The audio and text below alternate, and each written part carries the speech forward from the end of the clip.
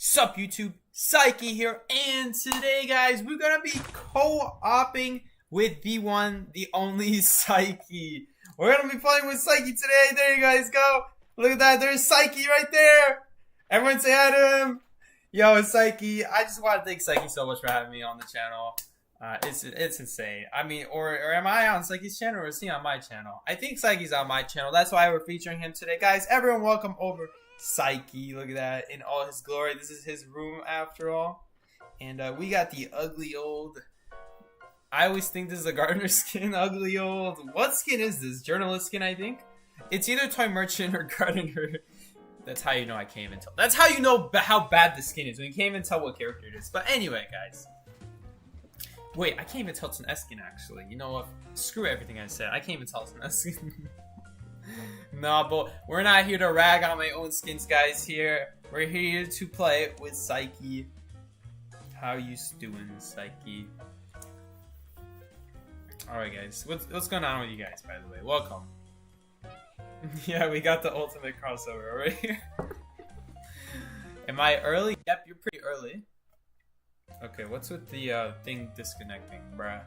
Another randomizer stream? No randomizer here today. You're gonna be waiting 6 months till the next. I should really do those more often. I'll do it more often. Cause like I think the last one was 6 months ago. Not counting the last one. Ultimate crossover for real. Why are you impersonating Sikey? What's up, Sonya? No, who is impersonating who is the question. I'm not Sikey. I'm playing with Sikey. Isn't that obvious? Look at that. There's Sikey. Right there. Sikey misinterpreting chat. Classic chat.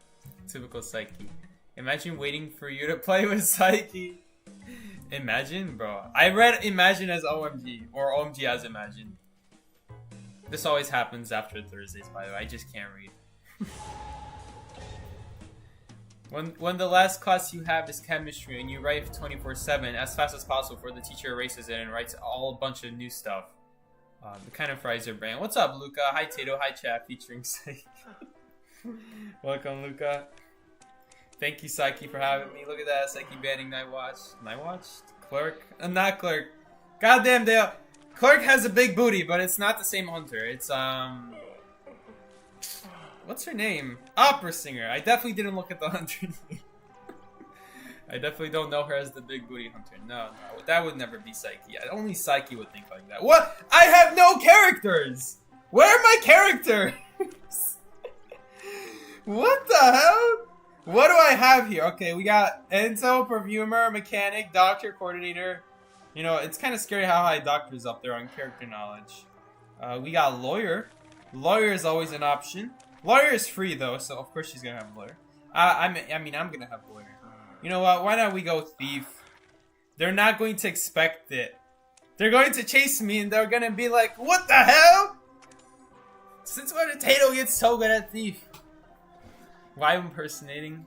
Welcome, Sonya. Thank you so much for the £2 donation, by the way. Thank you so much. Learning at school versus brain fry, yes. What the hell? What was that? Alright, hold up. We're gonna see what Spawn the Hunter picks. We're definitely not gonna die right away. Thief is a really bad character. Thief is not a bad character, but this is not super good for him. Guess who got 8 out of 15 on their exam, but everyone got that or lower, so the curve got set to 7. God damn, that's amazing. So you got the highest score. When 8 out of 15 is the highest score, you know you have a bad teacher. I can't tell you guys how many times I've had a bad teacher like that, where their excuse to not seem like a bad teacher and make the class seem like they're doing fine, like the teacher's teaching all right and everyone's getting it, is to just put a huge curve on the maximum. Whatever the maximum is, they fill in the rest with the remaining points so that the maximum score is still technically hitting the 100%. And it's so stupid. But hey, what are you gonna do about it? Even if they didn't do that, it's not like the university would fire that teacher. I almost said fry that teacher. I almost said it's not like the university will fry that teacher. God, bro. It's a Herman. Oh no, I'm scared. I just realized, no. This is just me collabing with Sikey. I don't know what you're talking about. You might want to stay off that green stuff. You know what I'm saying?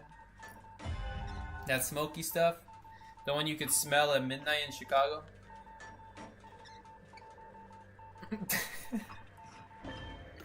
Guys, we got a text from my dad. I'll read it to you. Ale dlaczego tak kota dajecie do klatki? Co ona wam zrobiła? Don't need to thank me. No need to thank me, guys. I'm sure you guys all understood that. The joke is not understood that. I hate when teachers brag about people all failing a test. Like, oh my lord, bro, that means you messed up, not the students. Yeah. Yeah, I had a teacher like that. In fact, oh, we don't even have polarity to help this guy out, but chances are they would get blinked anyway. Unless they already used blink. Yo! Yep, there's the blink. So it didn't really matter, but I mean, I finished a whole cipher. I don't know why everyone else is a little bit behind. Sikey's playing Priestess, that's new. Tato's playing Thief. Sikey, what do you work as? I work as a YouTuber, and I make $0 an hour. My livelihood is fully based off the donations and kind, generous words, such as you guys watching this stream. Your generous words make up my my whole livelihood, basically. And then the actual livelihood is made up by Sonya and Luca, and the occasional $100 dono from Tato. Except she makes $0 an hour now as well. We're both making $0 an hour. It's very sad. Right now we're at 0.8 hits, so we will all die in one shot if we don't share polarity. We are right now at 0.8 damage. Hermit does 1.2. You die at 2. do the math, you figure out that we're gonna all die in one hit from now. As long as we're not sharing. Assuming we're not sharing. So, more on that later as this game progresses. We'll talk about that more. But for now, I'm just telling you guys the percentages of damage as we know them so far. Right now, I'm now at 0.8 plus 0.6 because 2 people shared 1.2. That divided by half. And now I'm at 0.9.1. Sorry, 0.91, 1.1, 1.2, 1.3, 1.4. Okay, so there you go. People share damage again. So that's another 0.6. 1.5, 1.6. Sorry, we're at 1.2. Then we went up to 1.3, 1.4, 1.5, 1.6, 1.7, 1.8. We're at 1.8 damage right now. And I'm actually a little bit worried here. Okay. I'm a little bit worried here that the hunter might come back to her, but it turns out she was already on her. Damn, I was like thinking about like I should probably switch here because I will die in the next hit. And obviously so will Sikey, right? So like if they're just gonna die in the next hit, then why should I kill myself for them? No point of sharing damage in, right? But then Sikey said hunter switch target, so I'm like, okay, I guess I won't switch then. I'll wait for whoever is the next target. Wow, wow, you gotta switch to blue. Thank you. Otherwise she would have died. She's not even gonna make it before half because she's yeah, because she's taking 5 years. Honestly, this match kind of got ruined by the random. Honestly, she could have easily made that before half. And the first officer could have switched to blue sooner so she's not scared.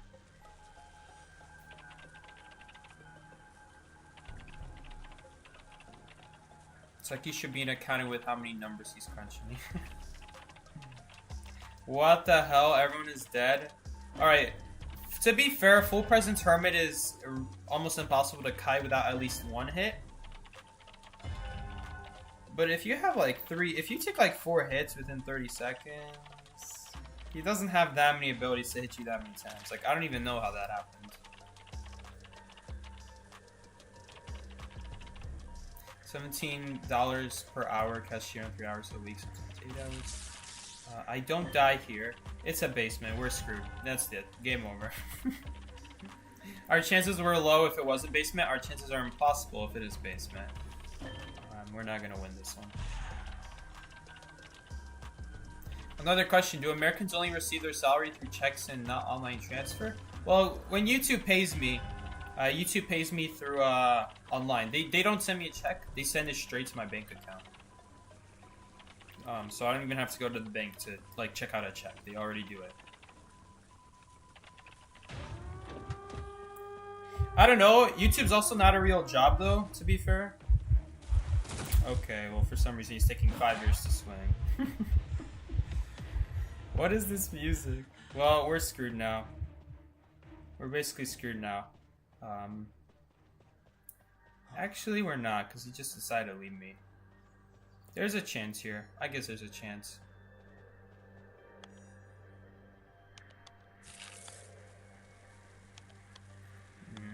Probably not. Bye-bye. No point of sharing damage because he's gonna die even if I do try to share damage. Which, by the way, would also make me die. So we would both die if I were to share damage. Obviously, I don't want to die if he's gonna die anyway, so I'm just gonna switch and keep myself alive. 70%. Do you receive your salary through check or online transfer? Why is it saying the exit gate is... Oh, because the other exit gate opened. Ah, I got you. You guys saw that? It said the exit gate is open when I was still 90% on my gate. It means that the other gate is open, by the way.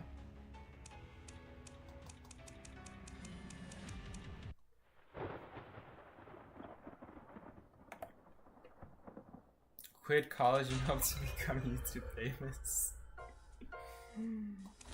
Oh, that sounds familiar.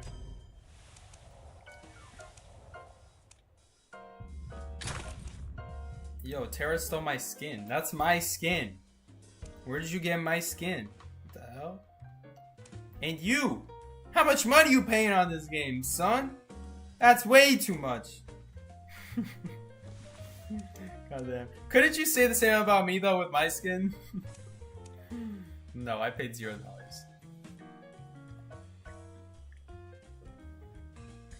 Hope I can work without being tired or drained on Sunday. Hope so.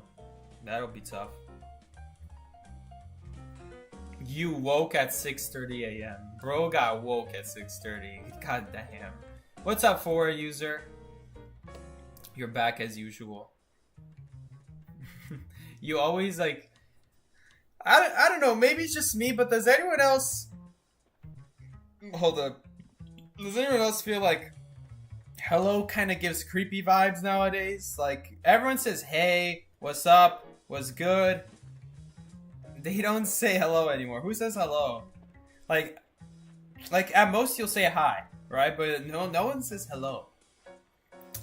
Nothing against you though, for a user. It's just like, I don't know. Why are there floating hearts in this room? What the hell? Hello, Psycho. Oh no. Dude, what the hell? What have I started? I haven't been here in so long. Yo, I can tell. I'm leaving? No, don't leave. Don't leave, bruh. We need 7 to 8 hours of sleep anyway. That's optional. And don't worry, it's optional.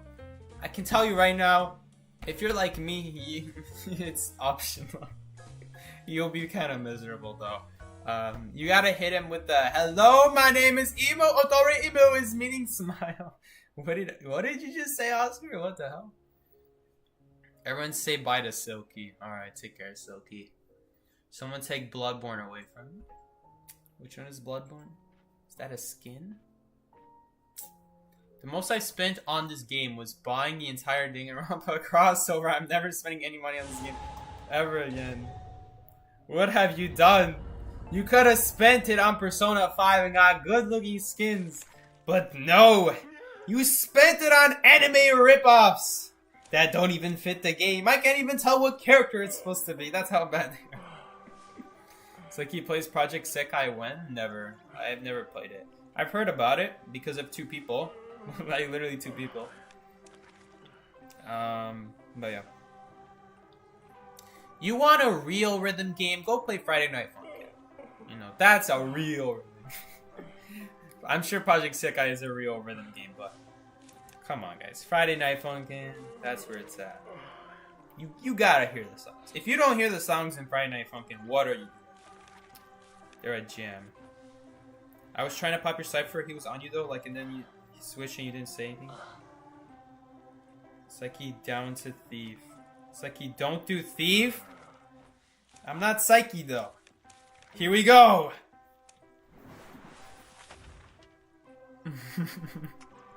Psyche pisses off all rhythm game players everywhere. Alright guys, we're going thief. And how long is your hair? Okay, you're asking why me.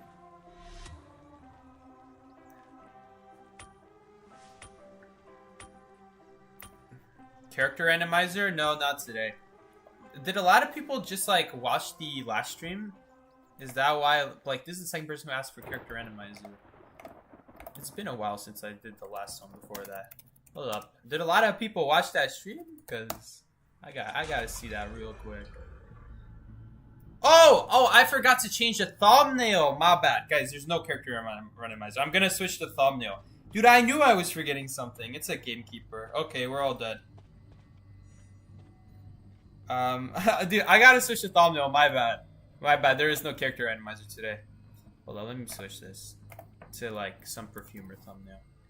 There you go. Perfumer Hoka. I'm sure I'll be fine.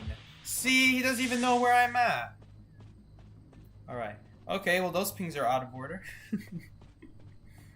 Are these my pings, by the way? Okay, he's searching for someone. I don't know. I'm a little bit scared it might be me. Okay, he's going into shed. Last stream was rigged for real. We got mercenary. I actually picked gravekeeper one time too. Oh my god, I'm only at 10% decode. Guys, to be fair, it was safety. It was done for safety. Psyche rig spinning. Make sure to switch your ping, Psyche. Here's the problem. I'll switch my pings. Actually... you know... These pings aren't that far off from my pings. I think that's why I didn't notice the first game. The first game I didn't even notice. They were like close enough to the point where I'm like, okay, they're focused on decoding.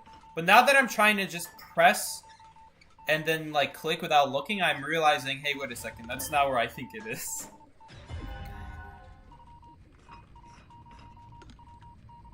Alright. We got dungeon. Oh, see, I was about to hit the top ping, and my top ping is always dungeon is here. But on this account, it's the Cypher is prime. Oops. Oh, I'm a noob now. Worker B, sorry. Worker B playing over here. The dungeon is here.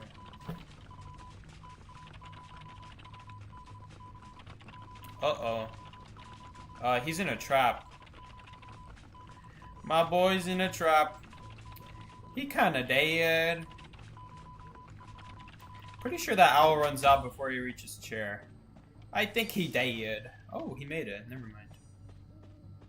You know, technically, I don't want to be that dude, but technically, there was like a millisecond where he wasn't with Owl while he was rescuing there, so, I mean, technically, he could have gotten a chair shot.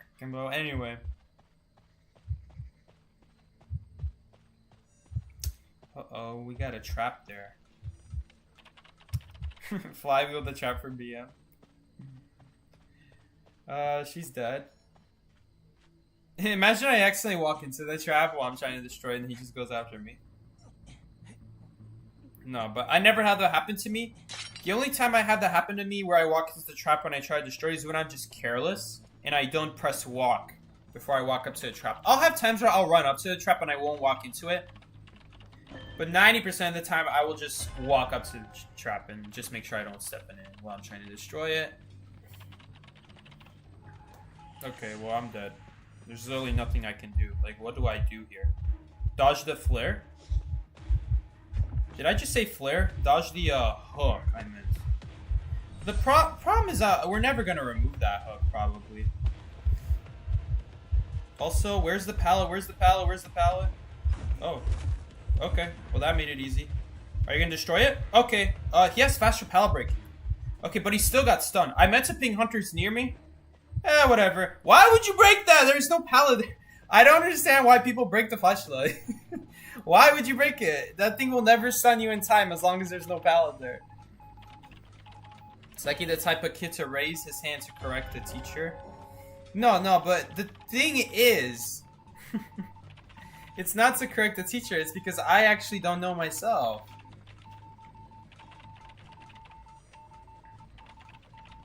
And on top of that, do you want to be learning stuff that's wrong? You should be thanking the kids who make sure to correct the teacher. Anyway.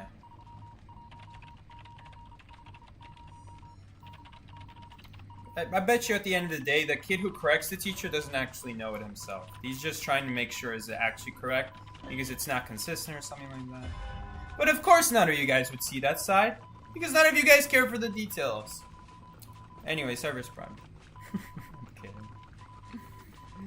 Alright, Cypher machine primed. Dungeon is at middle. Oh man. Sikey is getting chained down. So you are? No, I don't correct the teacher. I ask them questions. There's a big difference. I don't correct the teacher just to be like, hey, you did this wrong. If I got a different answer than the teacher, I'm going to ask the teacher, I got a different answer. Could you explain your work? I'm not going to say, hey, you got this wrong because I got this. It's not the same thing. It is not the same thing at all. Is there a trap here? No. No trap there. I'm always worried that one of these days a gamekeeper like randomly puts a trap in the grass. I didn't mean to ping that, I meant to ping. I think I meant to ping Cypher Machine primed. I think it's my second ping, right? Uh-oh, well he died. Well, he died. Could you explain your work to a teacher as a ballsy move? I do it all the time.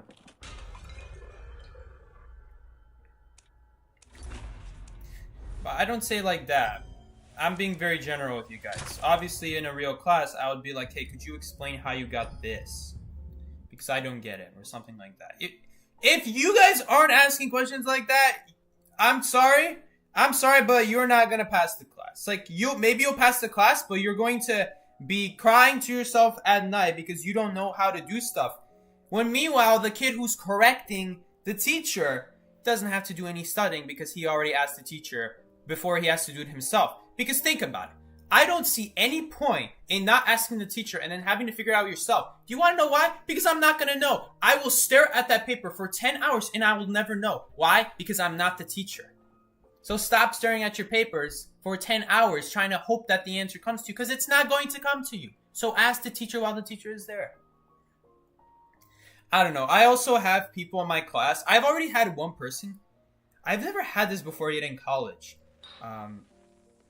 A person a few days ago said thank you to me because they were telling me that they had no idea what was going on.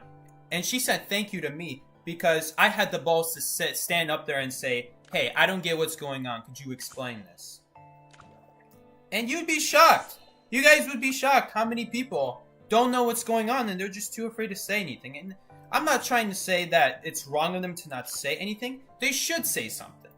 But not everyone is going to have the confidence to do it. And that's also understandable.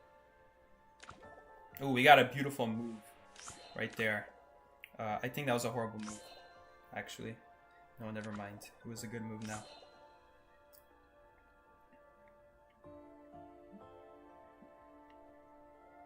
Important life lesson, guys.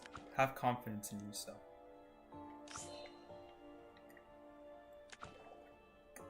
Uh-oh, that black piece in the middle is gonna get eaten up. These are good moves. Thank you, Miki. Last time you weren't so happy with my moves. I didn't forget that. Oh, believe me.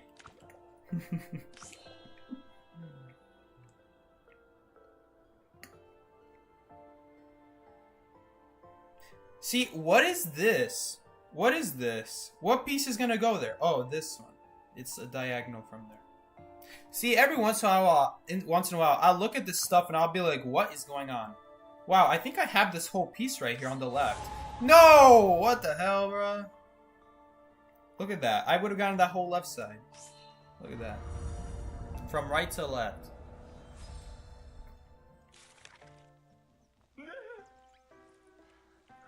You guys just have jerk teachers. I have never had a teacher like that.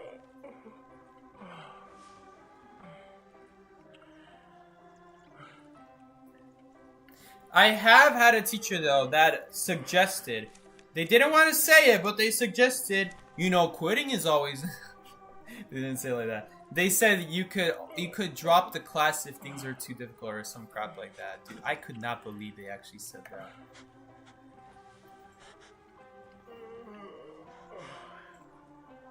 That was awful. And you know what reminded me of that? Our teacher today, like this really nice Christian ethics teacher, was talking about, you know, university costs and what they might be getting spent on, what the money's kind of going to, and how there's all these resources now, like advisors and clubs and like all these events that requires more money to be paid for tuition. Which, by the way, there's no way that a $50,000 increase is just for advisors and clubs and events. There's no way. And she's trying to convince me that our school's a non-profit. But anyway, that's besides the point. The point is, she said like, oh, in the past, if you ever have a kid like, if you ever have like a kid, are you gonna spawn there or not? Because why is he not readying up?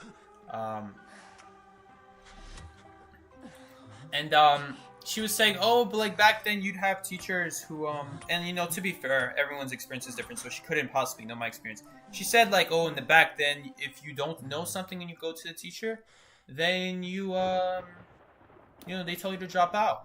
Now we have academic advisors to fix you. By the way, the academic advisors don't do crap. They don't know anything about your class. They just help you select your classes. I don't think they actually know how to help you with a class. They have probably studied the class, but they can't possibly know what your teacher wants you to write. So I wouldn't go to the academic advisor. I would go to the teacher, personally. And hopefully you didn't get a crap teacher. Personally, that's what I learned.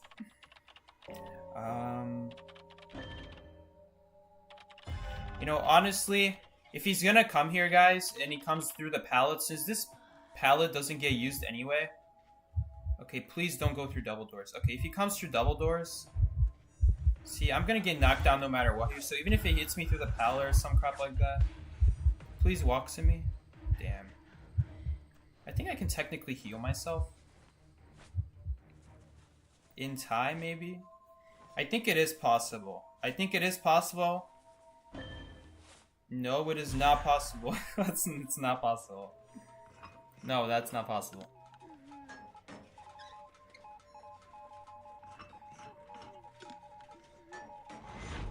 What is that crying noise? Do you guys hear that? It sounded like Thief was crying. Hello? Alright.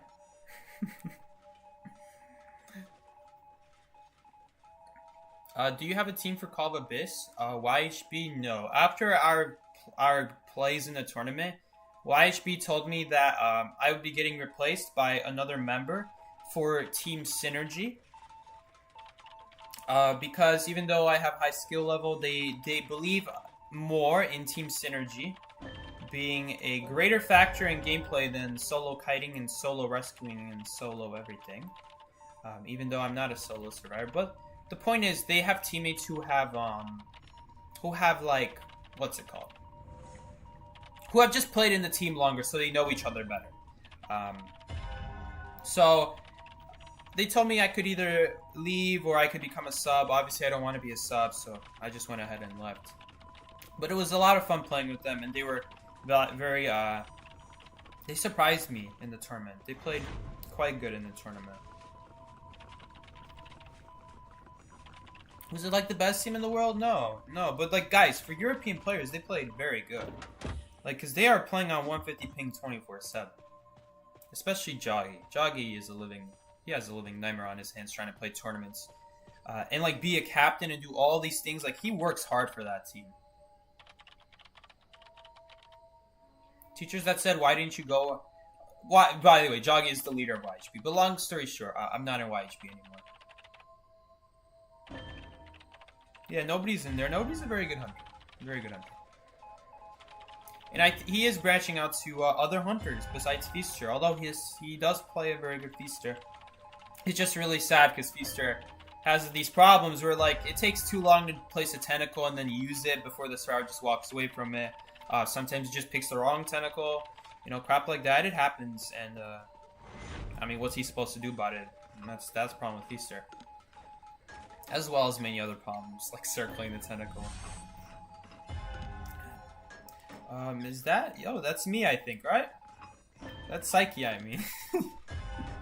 It's so weird seeing like someone else with the S skin for entomologist.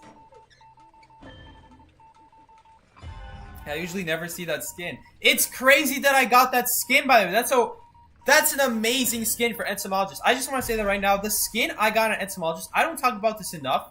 I always talk about stuff like, oh, why do I never get the S skins for like the really pretty characters for like when the limited S skin comes out in Essence? And like, instead of me getting those skins, I'd be getting crap like First Officer crossover skins, or like some skin for a character that's like technically not limited. It was like for a character that was already out, right? Or I don't care so much if it's limited. I care more about if it's like the first S skin for that character. And then I like it more. Than if it's like a random skin. Like let's say journalist, like anime skin. That's a different thing though. That's a different song. I don't want to use that example. Let's say like a gardener S skin that used to be in the Essence right now. That used to be in there, right? You guys remember that? You know, I could pressure this chair so he can't actually go after other people. Hopefully there's no one else nearby. And if he goes after me, we should have a pretty easy time flashlighting here. But yeah, this is what we're gonna do. We're just gonna force him to not be able to do anything. Like he has to choose. Does he want to go after me and protect the chair, or does he want to go hit other people? And by doing that, we allowed our teammates at statue to heal up. Because you guys gotta remember.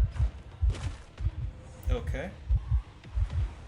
You guys, I think we might still take a hit here, unfortunately. Honestly, I don't think that should count as a hit, but it does count as a hit because Photographer has a very wide hitbox. So that was technically a waste of a flywheel. One of my many complaints with Flywheel, but anyway. He just left. I meant to ping Hunter change target. Okay, dungeon is here. Was pinged instead. I'm pretty sure he's getting found. I'm very certain he got found. I think he just picked himself up in time. We're definitely gonna do another cipher here. If I can find another cipher.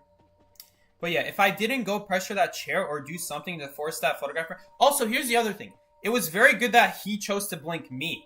Like, why would he choose to blink me? I'm a person who's not even half health. He's not going to gain anything from the blink. In fact, it just made it so now there's no way he can catch this Weeping Clown if the Weeping Clown gets to a good kiting area. And he kited for a very long time. And mind you, he was not in the best kiting area. And he still lasted a very long time. Imagine how much shorter that kite would have been if he had blink.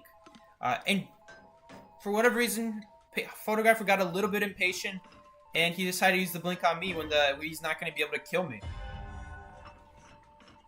He did get a flywheel out, unfortunately. I should just never use the flywheel, honestly. Me thinking that I'm going to survive, overrating flywheel as usual.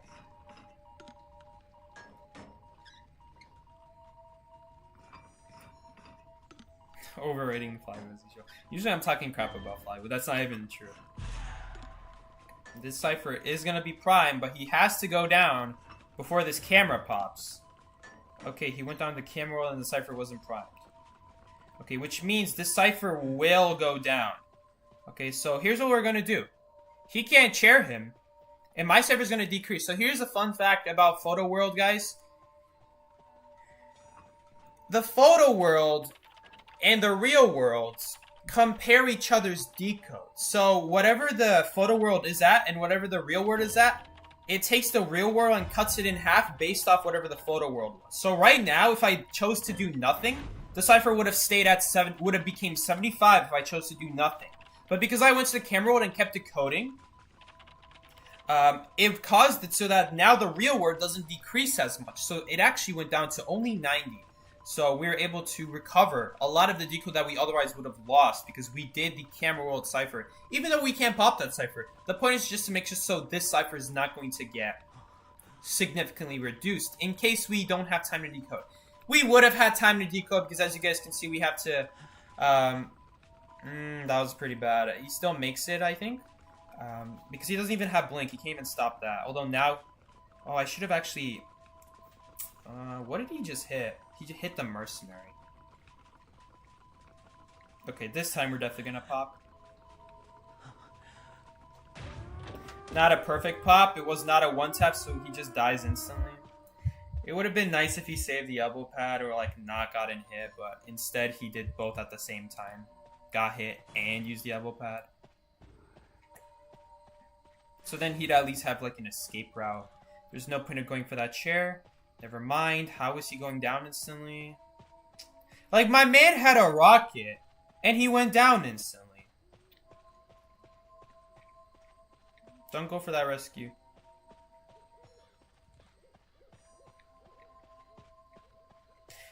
I mean, I don't understand. I don't understand how people get teleported on, and they somehow don't get off the cipher or gate in time, and they instantly take a hit. Like, what were you doing during the 2 seconds of animation time? What were you doing?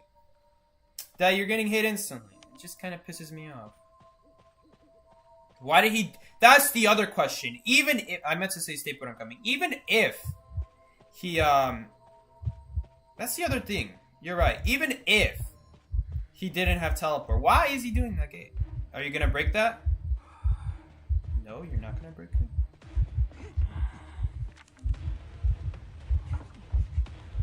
Alright, now he breaks it. It's slow pallet breaking. Because he has slow pallet breaking, I didn't mean to ping that. Because it's slow pallet breaking, it means that I can actually just be more reckless with what pallets I use. And I can actually use less pallets. I don't mean to ping that. I keep meaning to ping the hunters near me. Okay, so he just chooses to ignore me, I guess. Or he's doing a card trick backwards, so I'm gonna stay very far away.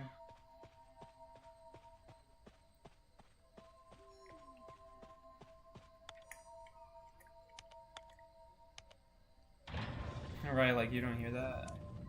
Like, I don't get it. the crazy part is not only I know he was staying by that gate because he stunned him after the teleport. Unless like people with their crazy ideas, like I sure hope he would know to run away and not try to stun him. Like photographer's not gonna catch up to you.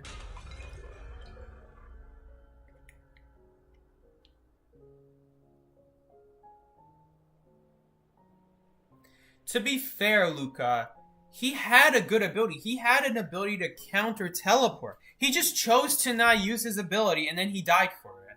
Instead of running away, he chose to, I don't know what he was doing. Honestly, I don't know what he was doing. Maybe he kept doing the gate when teleport was going off. Maybe he has really crappy ping, so he was trying to get off the gate, and then it wouldn't let him get off the gate.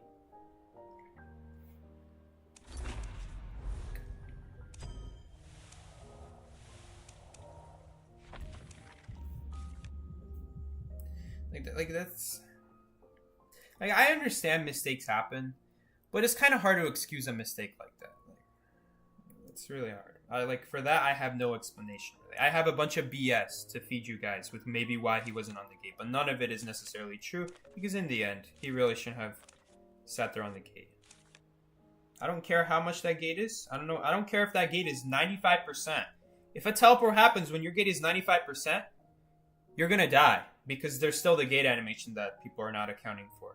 Ever. So. What character am I going to play, though? Next time. Because, like, I'll switch the pings, and I'm just going to pick a different character, and it'll be all over again. Yeah, he had a rocket, because you could see that he stunned the hunter after he got hit. So he did have a rocket.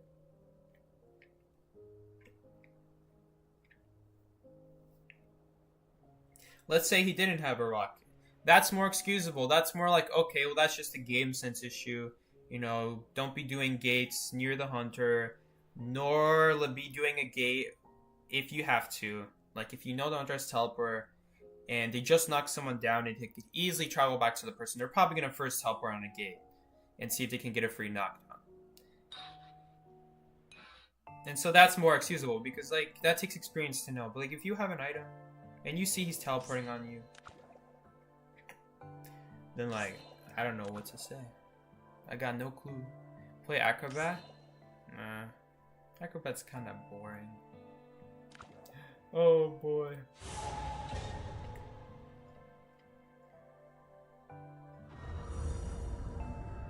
Sikey, remember me? What's up, Nezuko? Of course I remember you. Welcome to the stream, my man. It's been a hot minute. Basically, Hunter teleported towards Gay, yeah. Long story short. Joseph's teleport is in. The only insanely fast teleport is Geisha. Everyone else is the same. Yeah, they're all the same, Luca. Only Geisha's twice as fast.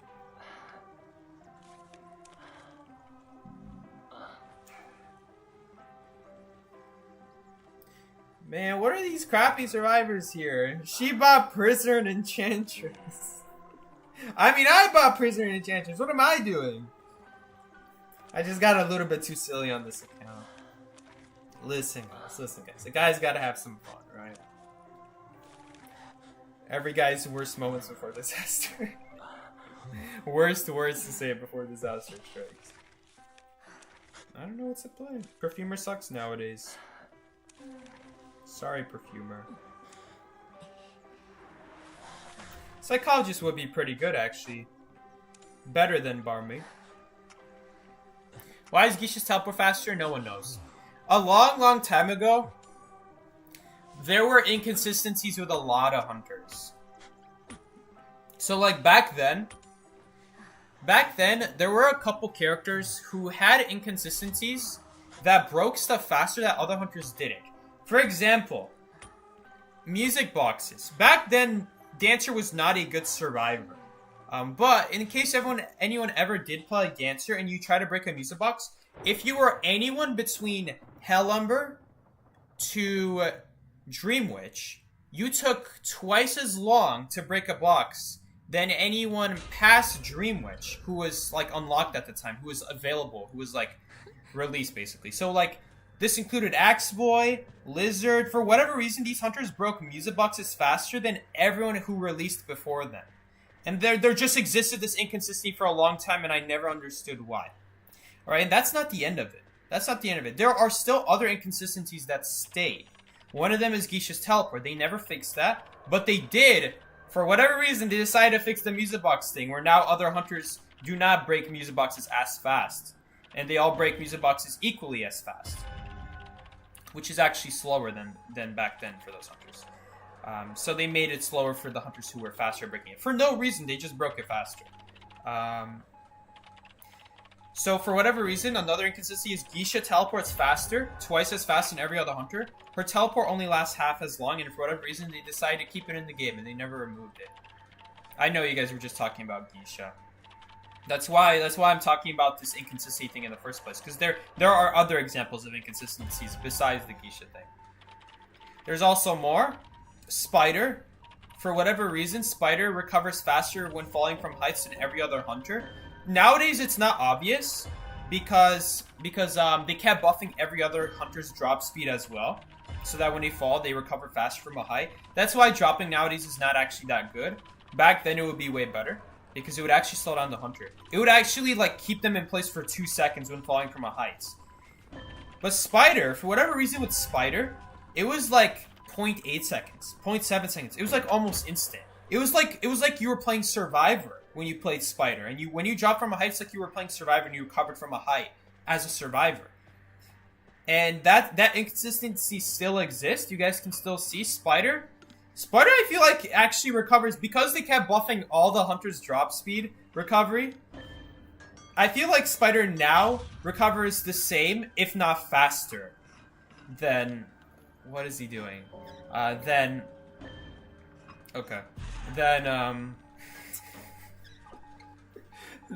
Survivors. Like, it's crazy how fast she recovers from heights. That's another one that they never changed. It's to make up for her hitbox. Honestly, facts. This match looks so sad. This is like the type of stuff that you guys saw how 3 people were knocked down there for a second. This is like the type of thing you go on like an IDV Discord server and you're like, here are my matches for today, and it's like the person who's posting the post is of course alive, and then everyone else is just dead, knocked down. Well, there's not much we can do besides hope for a miracle, I guess. Not the triple down. Look, as crazy as the triple down may seem, we just had it happen on like a photographer game a few days ago. Like a few matches ago. Not even a few games ago, literally a few matches ago. That's when I was like, holy crap. But then this time I'm like looking at it, I'm like, yeah. Yeah. I've been here before. I've been here before. This match may be or may not be over.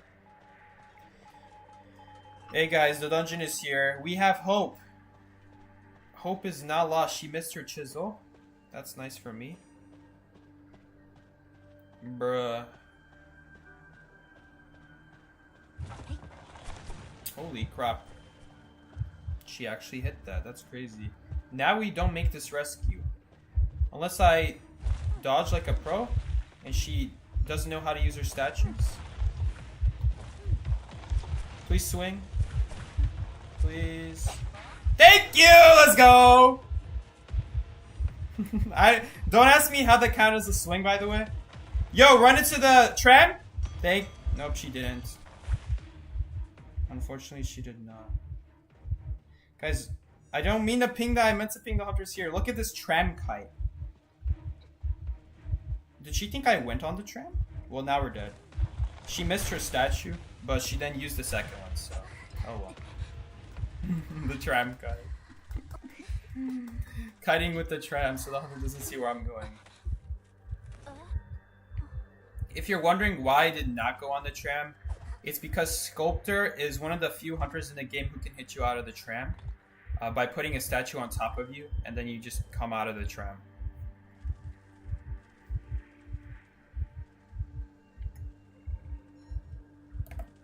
It was almost a W kite. That was not even close to a W kite. We were very far off. Okay, and it's okay. I mean, I've done impossible rescues, guys. To be fair, I've done impossible rescues. I drank that. Where does she blink? That was sad. Oh, I didn't drink it.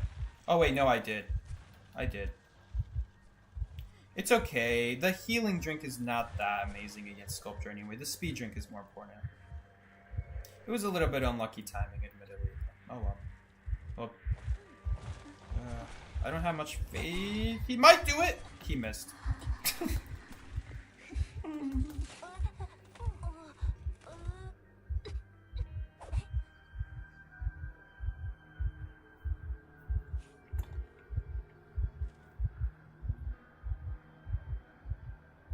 You think survivors in rank would win more if they'd sell versus hunters like Sculpt? No, that's not true. They would tie more, yes. Because something I really hate about Sculptor is it encourages a very brainless playstyle. And the playstyle I'm talking about is not rescuing. Because not rescuing against Sculptor, if they didn't do a 3 cipher kite, then not rescuing against Sculptor is actually the best move. Because when you rescue against Sculptor, you give her free presence because you have to take a hit to do the rescue. You have to take a hit to do the rescue. That fed her presence. A hunter who's running insolence on Sculptor will be able to have full presence after a single rescue. That's why you don't even rescue one time against Sculptor. Because the moment you rescue one time is the moment she has full presence. The moment she has full presence is the moment that every time she has Chisel and someone's doing a cipher, that's when they take free damage. Like, it's almost guaranteed damage. It's that annoying. So, it makes it harder to win games. Because you just can't rescue. Wow, we actually got a tie off that. So, rebounding and getting that rescue actually did make a difference there. Rebounding on the kite, every little bit matters. And, that rescue, the flawless rescue.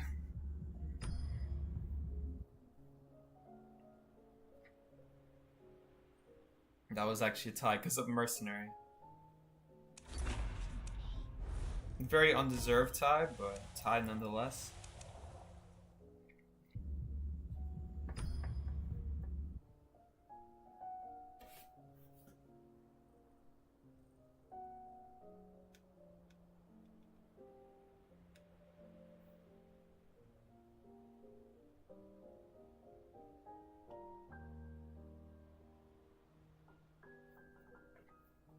Is Blood winning? No, I don't even think we won a single match yet.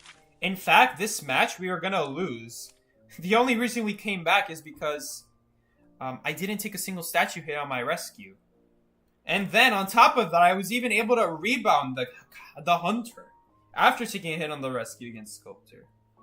So those little few seconds allowed us to barely pop the cipher a few seconds after I died, which was a little sad, but it's not like anyone could rescue me. And then I guess Hunter made the mistake of going after Mercenary.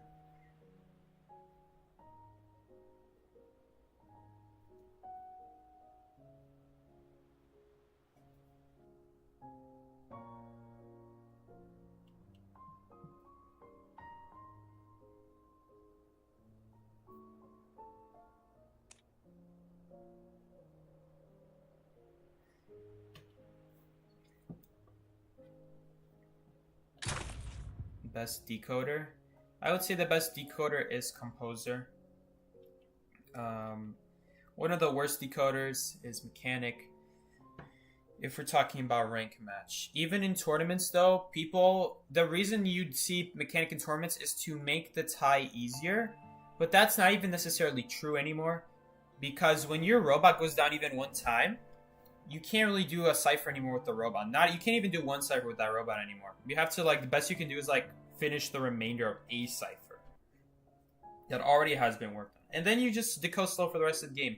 Mechanic hurts her team more than helps her. She's actually, if there was a class of survivors called anti-decoders or hunter supporters, Mechanic would be on that list because that's how bad she does her job. That she literally drags her team down. It's like you playing a 3v1.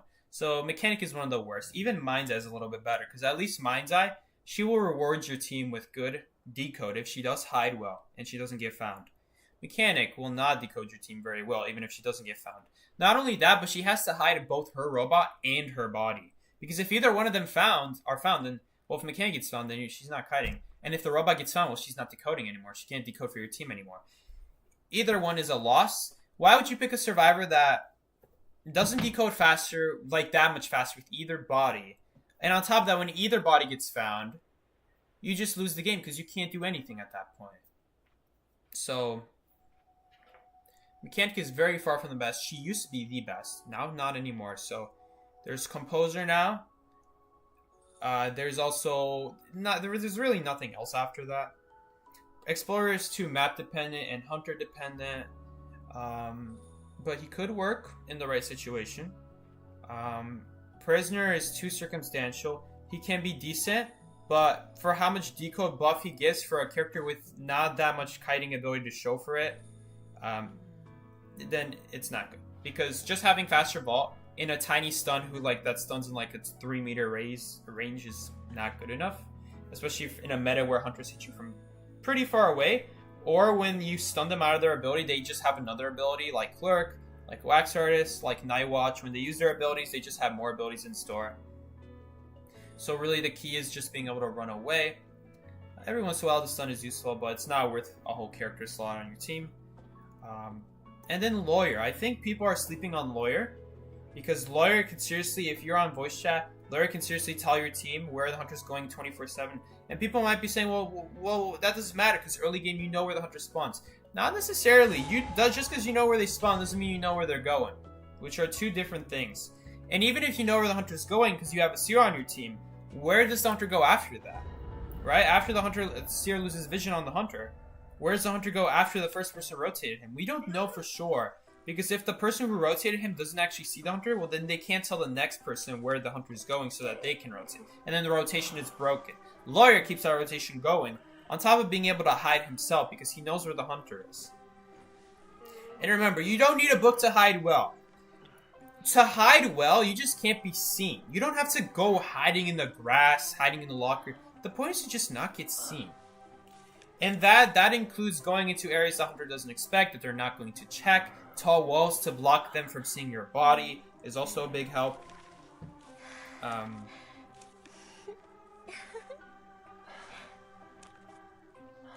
But yeah, little things like that. Little by little. Okay, Tato's going Lawyer.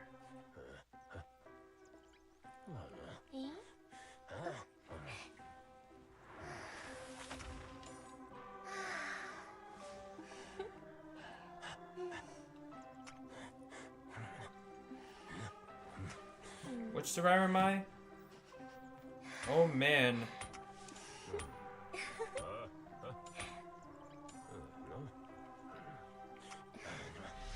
Can someone donate so he stops ranting?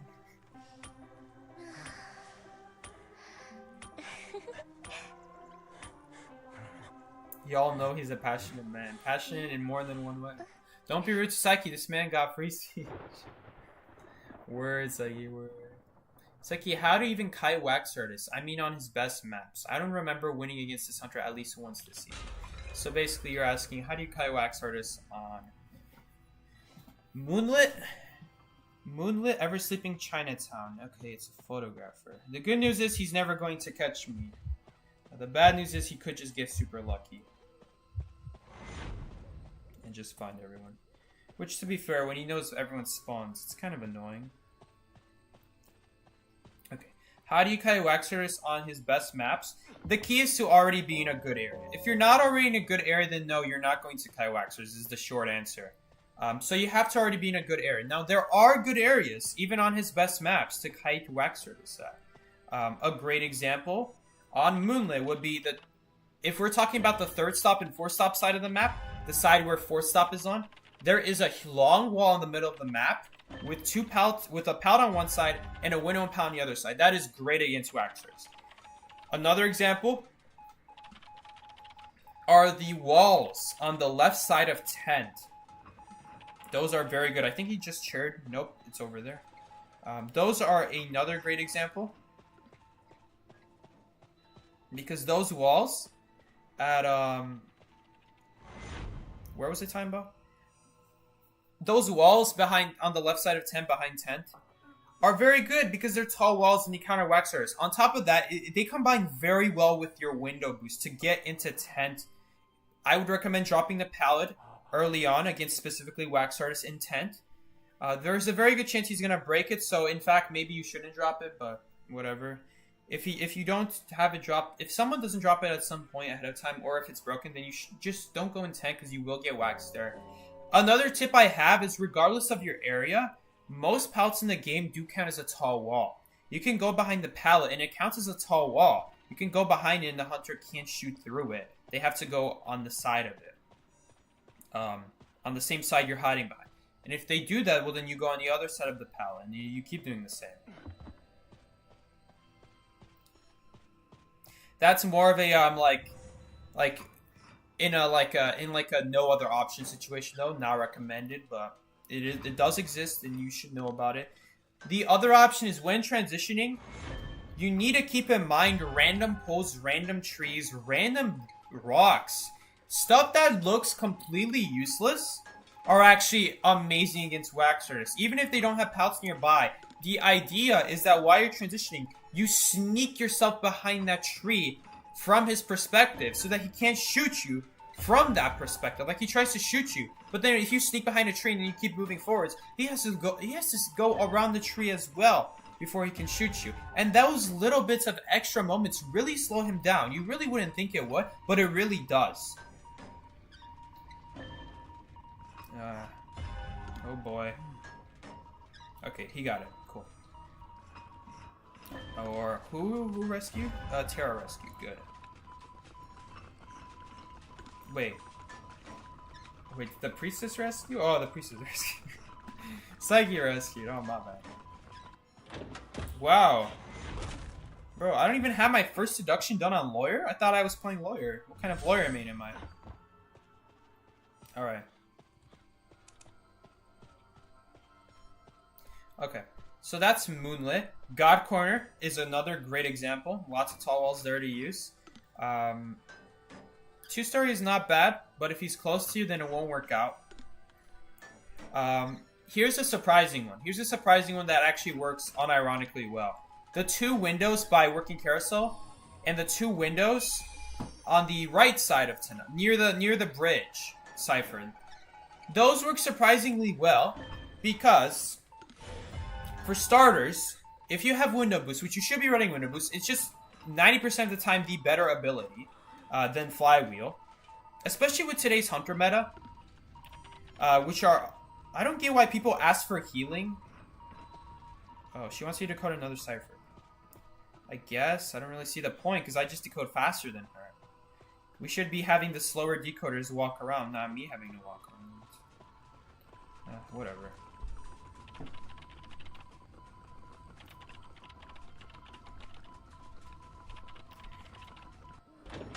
What was I talking about? She's got one more cipher at the graveyard, but it's probably not gonna matter. It's too far behind. Yeah, what was I talking about? Those are just a couple good hiding areas, mostly because they're tall walls. You just can't shoot over them. That's really the key. That's just the biggest key to Waxers. Ever Sleeping is pretty sad. It's a pretty badly designed map for survivors in general. It was okay designed. But the reason the map is so poorly designed is because of the tracks. The tracks on Ever Sleeping. The devs chose to do nothing with the tracks, so there's just this huge gap on the map where everything are outside of the tracks and not inside of the map.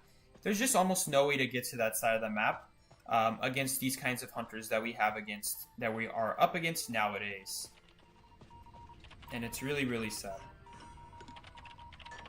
You know, I don't even know if we pop this. Actually, we might have to. We can't though. Because maybe they'll pop it? Thank God they popped it. Because if I rush that cipher with them, then we're both gonna go down in the same spot. And then he just chairs both of us. At least this way he'll only chair one of us. She doesn't need to heal me up. She can go. Alright, welcome back, Sikey. It is technically still possible to win this game. Tie this game. Child's play. I think it's because I got all the upgrades, right? That's new. That's new. That was not a thing before. That's a new achievement right there. We got Batter's Ball. See, stuff like that I never understand. Why do Dancer's music boxes disappear, but Toy Merchant's catapult and Batter's balls don't disappear? I mean, to be fair, Batter is not gonna. No one else can use Batter's ball. But why? Like, think about it. Why does I don't have broken windows because I just used it like 37 seconds ago. Okay, no, I meant to ping Hunter change target. Bro. The dungeon is here. We'll get a few clicks in on the gate and then we're gonna leave. Because he's just gonna footprint back here. Are you? Yep, there he is. We are gonna die to Blink here most likely. He went in Camera World, so maybe we can throw him off here by going to the side. Nope. He's just gonna find me now and use his card trick. Honestly, guys, I don't know how we're losing this game. Like, these games. These games. It's not just this game. Like, these games. Against, like, really... I shouldn't say really awful hunters, but they're not good hunters. Like, Hermit, Photographer...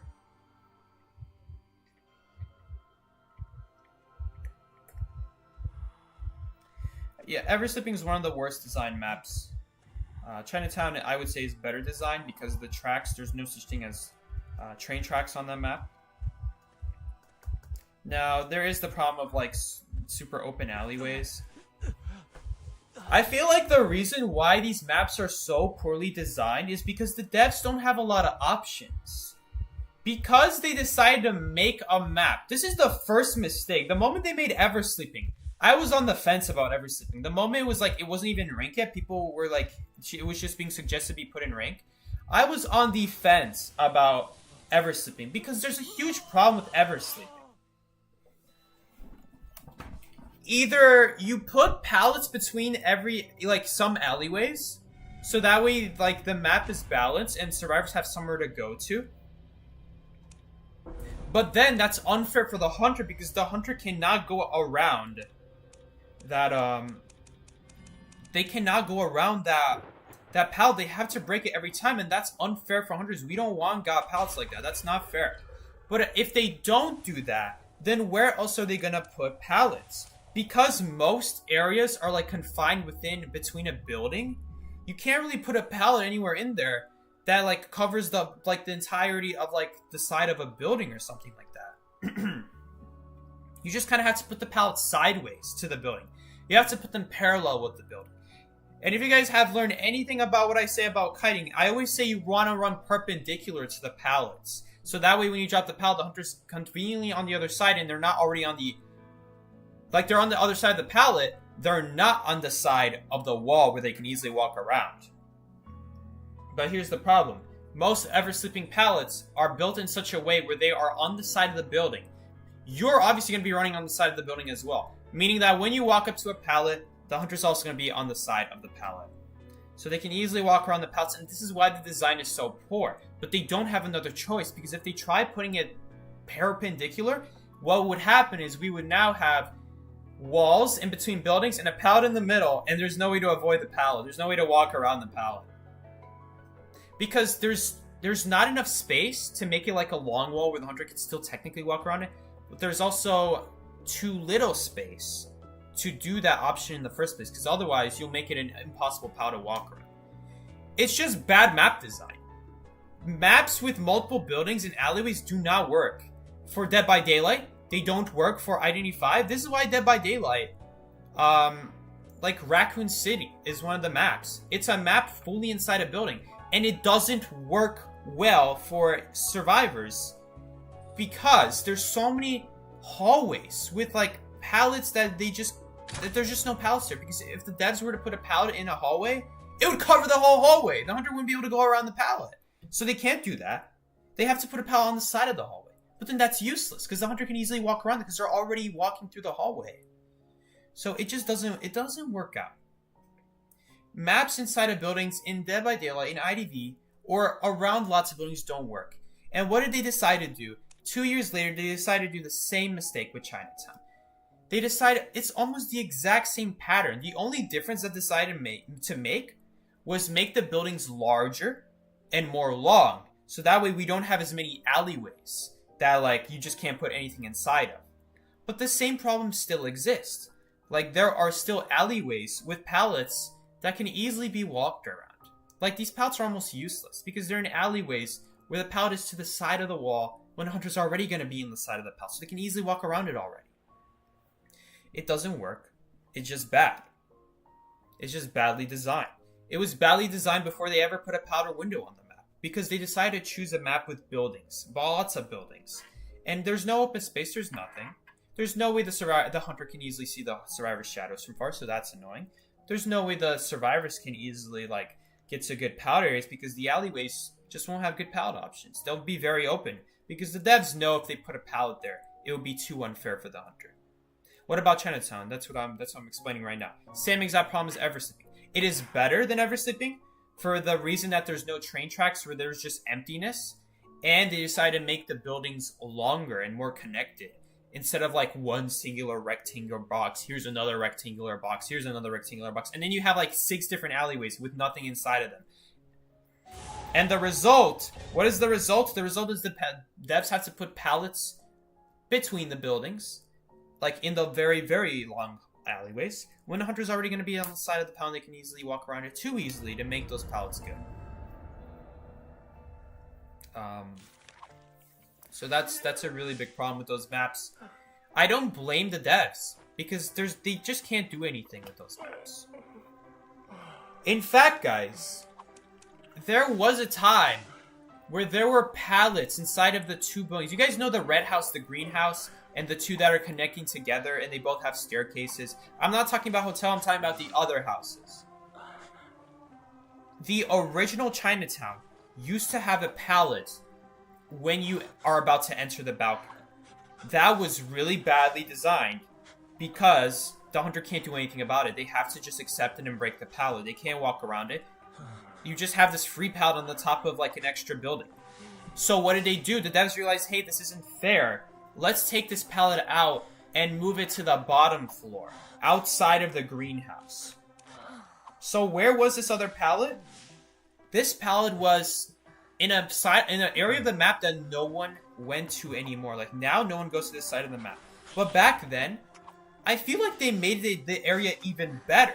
Why? Because they put a sideways wall and a pallet in the middle, perfectly between an alley where the hunter can walk through the pallet. They can't go around it, they can't do anything. They just have to break the pallet. So if anything, it made it even better because it was easier to access because it was now on the first floor and in an alleyway.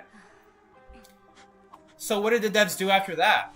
Then they realized, hey, we did all we could. Let's just remove this pallet. So what happened? What happened? Now that area is one of the worst areas, not just on that map, but in the game. 2-story, the green and red houses are one of the worst areas you can go to because it takes so much time to walk up the stairs and towards the balcony where you can drop off for literally nothing. Dropping down is not even a good strategy anymore. Never was. But especially today, it's especially bad because they just kept buffing the speed that hunters recover from falling off of heights. But the devs did what they could. And it just doesn't work because of the map they just designed.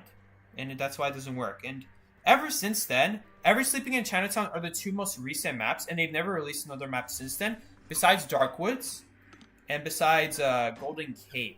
I think Golden Cave was before Chinatown, technically. Now, what's the problem with Chinatown? Sorry, not Chinatown. What's the problem with Golden Cave? Why is Golden Cave not a balanced map? It has too many floors. The other problem is that there's an exit gate on the 3rd floor and an exit gate on the top floor. It is impossible to guard both exit gates. The time it takes to go from one exit gate to the other is over a minute.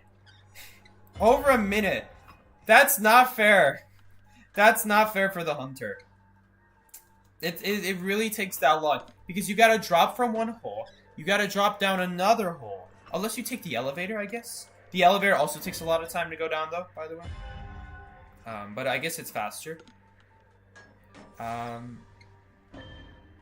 They just need to remove the third floor. Remove the third floor and put both exit gates on the first floor, and it would be a fine map. It would be a decent map.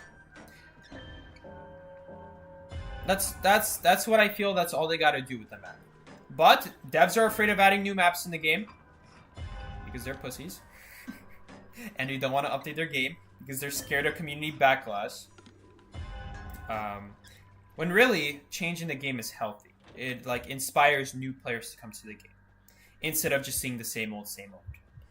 Like, does anyone still really want to see Mercenary being played? No, they don't. But guess what? The top players in China will complain because that's what they're used to. They're like, I don't want to learn a new character. I just want to see her play Mercenary and my Antiquary and my Patient, like, and my Priestess. What happens to all my Priestess like strategies? Guess what? They die, and they should die because they've been in the game for far too long. But the devs don't care about that because they just care about making their players happy and what brings them money. So no, you probably will not be seeing. Why is it same for Asylum? Everything I've just said about Raccoon City in Dead by Daylight is exactly why Asylum in this game is a badly designed map. Because of hallways, super thin hallways. So here's the options. Either they put a pallet there that's unavoidable, or they don't put a pallet there and the area is like completely unusable. Completely unable to be run to. I don't know what to do with Asylum. Again, it's just another badly assigned design map. They just keep releasing badly designed maps. Asylum came out, then Eversleeping came out, then they released Chinatown. These maps do not work because they're surrounded by too many buildings. Or they're inside a building.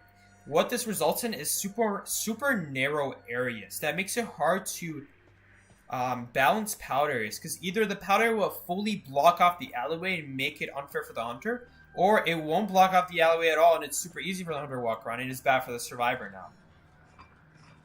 So they're just badly designed maps.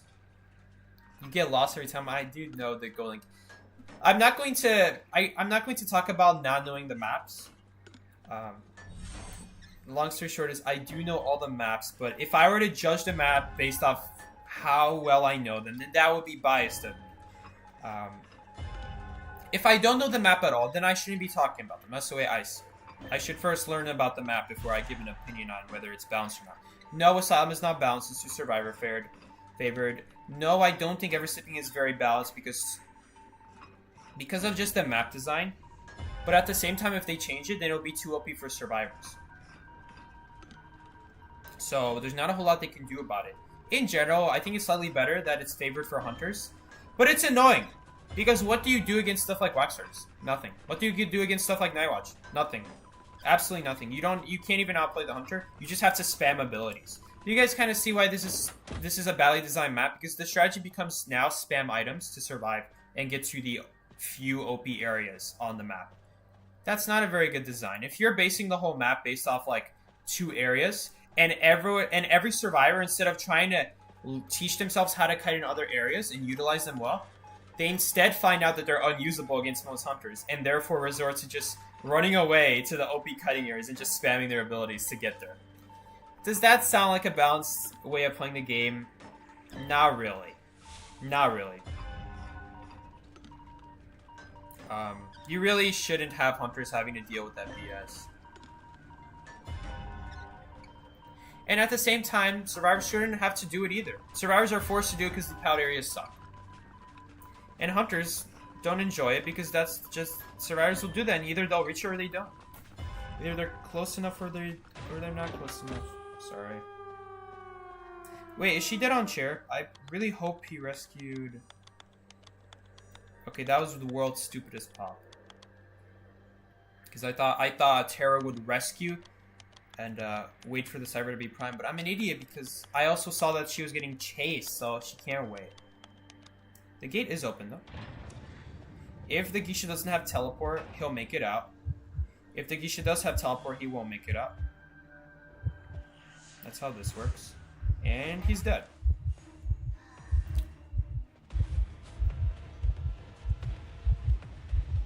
Why didn't he force heal? Because he was gonna do a second rescue and I just popped, thinking that she was dead on chair. Because I'm not paying attention. I'm over here talking.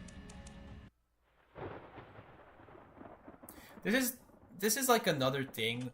When our matches go garbage, I just stop paying attention to them because I'm just no longer interested.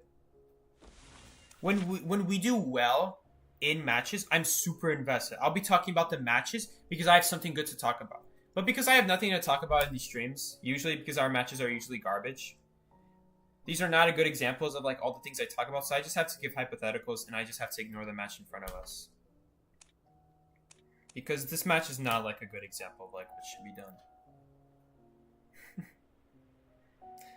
and then it makes me screw up. So like, because I'm not paying attention. Obviously, I'm not putting 100% in the game anymore at that point.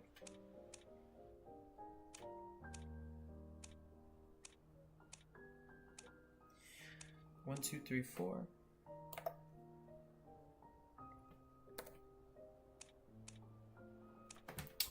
I don't think I was chased once these games. The only games I was getting chased was like the photographer match where I baited him to blink me and then we still screwed it up.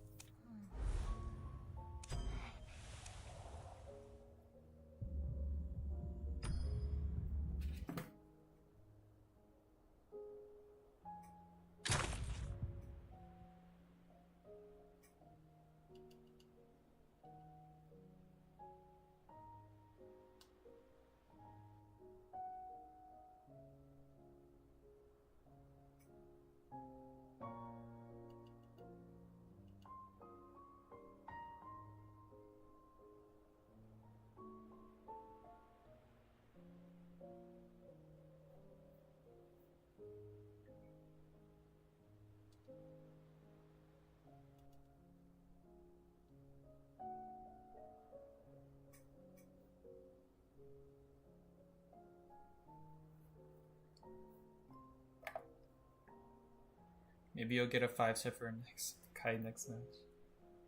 Unless I'm the one doing it, unless I picked a really good survivor. I don't think it's gonna happen. Nobody talking about Sacred Heart. I would say Sacred Heart is a more balanced map than Ever Sleeping or Chinatown. Because the problem with Chinatown and Ever Sleeping, you cannot balance it without removing a couple of the buildings, because the area just has too many alleyways right now. Or maybe they're just being too stingy. Maybe a pallet here and there between an alleyway wouldn't hurt. But like, again, is it really fair? Hard to say.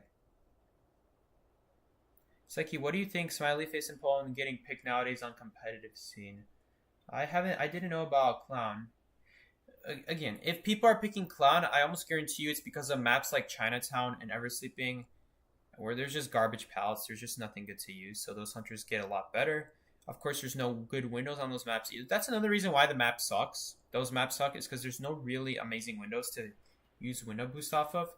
But if you use Flywheel, then Flywheel is not a very good ability either, because it doesn't help you reach the areas across the map. At least a few times you do get to use Pal Boost, it really does save your life. Like, it really does get you across the map to an area you would never reach otherwise, and keep your kite going.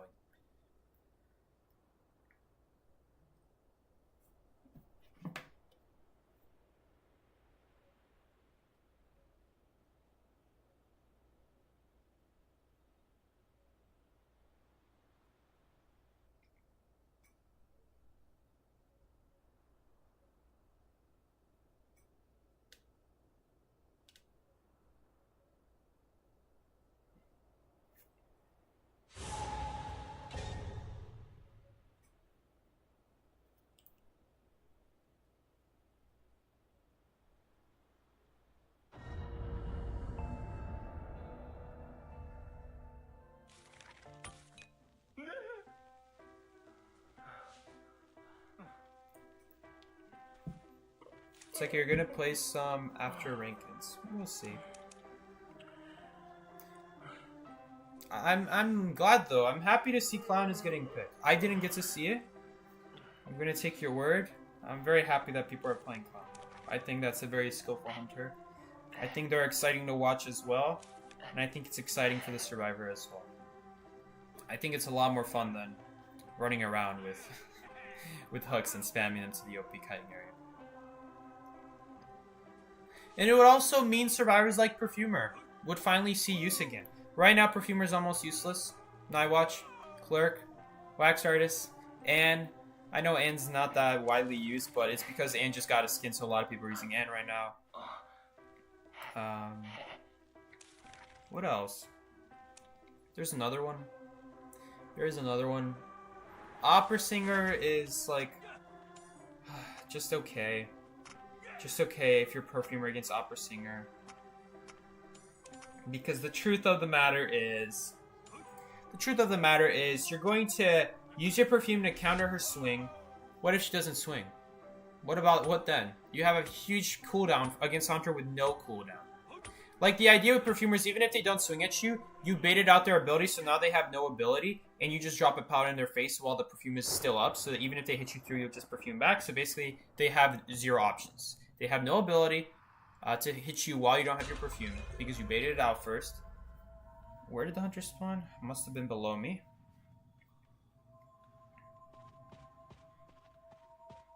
Is it? Is it below me? Nope, it wasn't. Unless it's Dream Witch.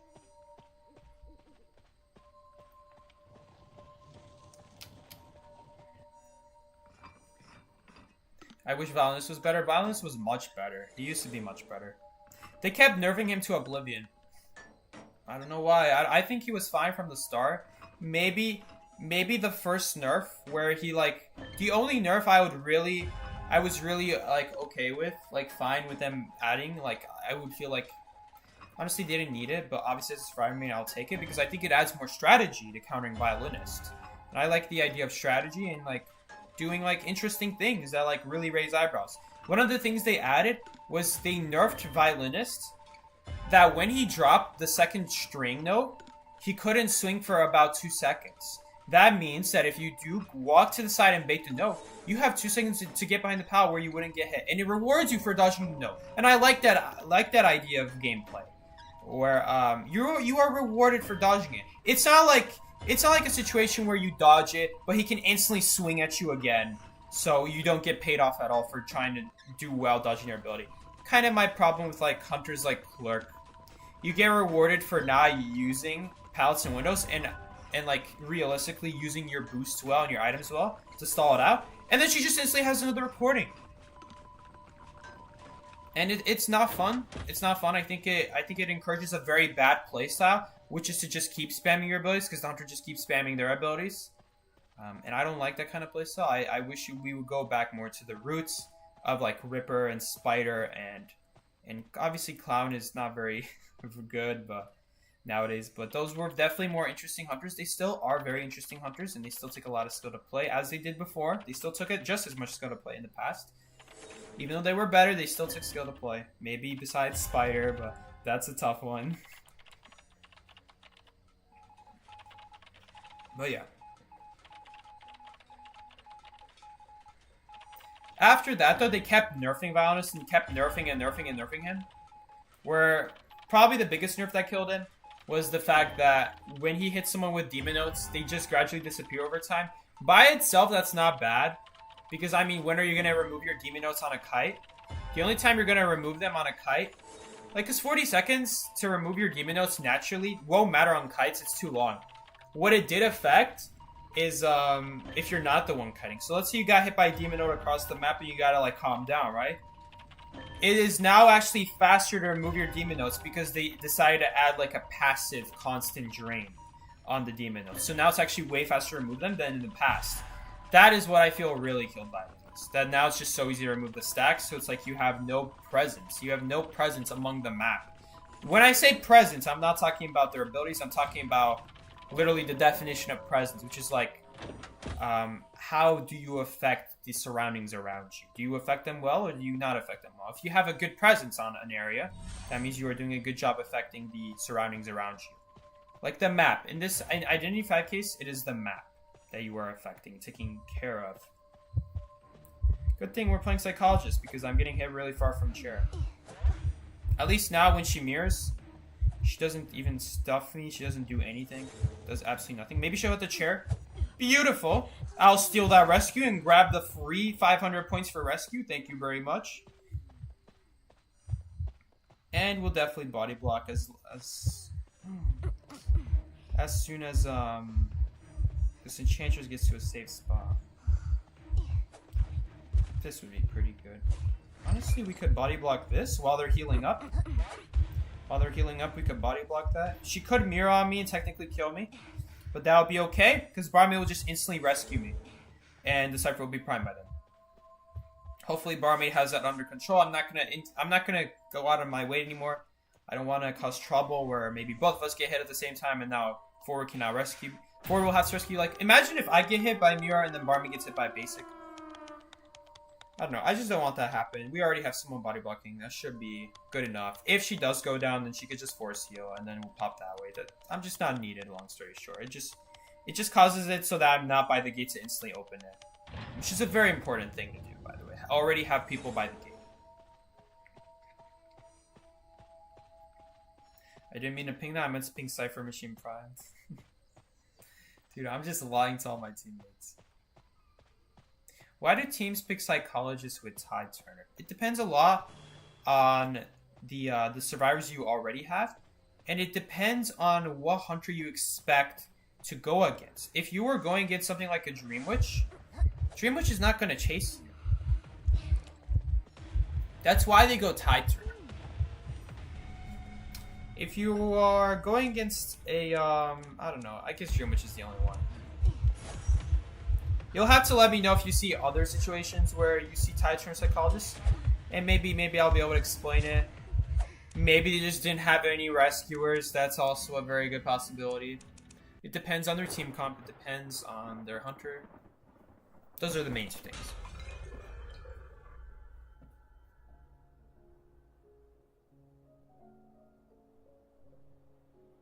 Preferably, some people think she's a good rescue because of her stress. While that's not untrue, there are other more reliable survivors who just take less hits for less resources. Taking 2 hits on a rescue is pretty expensive. That's a lot of hits to be taking in just 15 seconds. It would be much better to use one ability that you have multiple copies of and then just take 1 hit. Because your hits in this game are invaluable. Your health is invaluable. Your health is essentially how long you have left to live, obviously. But your items can only be used if you're still alive. So if you're having to rely on taking hits to get the job done, well then if your whole kiting gimmick is to take hits, then you don't have anything after that. It's better to save your resources because hits are very valuable. Hits are used to do rescues. Hits are due to take body block hits. Hits are used to support with security so that even if the hunter goes after you randomly and blinks you, you don't just instantly go down. But if you're taking multiple hits to do a rescue, just because you can take it doesn't mean you should.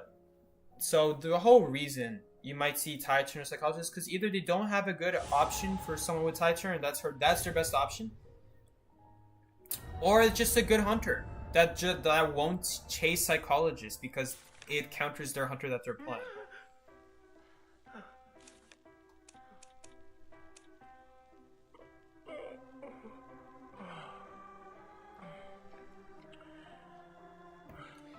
This is the funniest shot of him to pause on. This is such a relatable moment.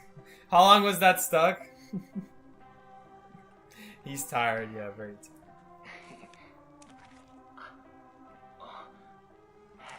Facepalm Psyche. Average rank match right there.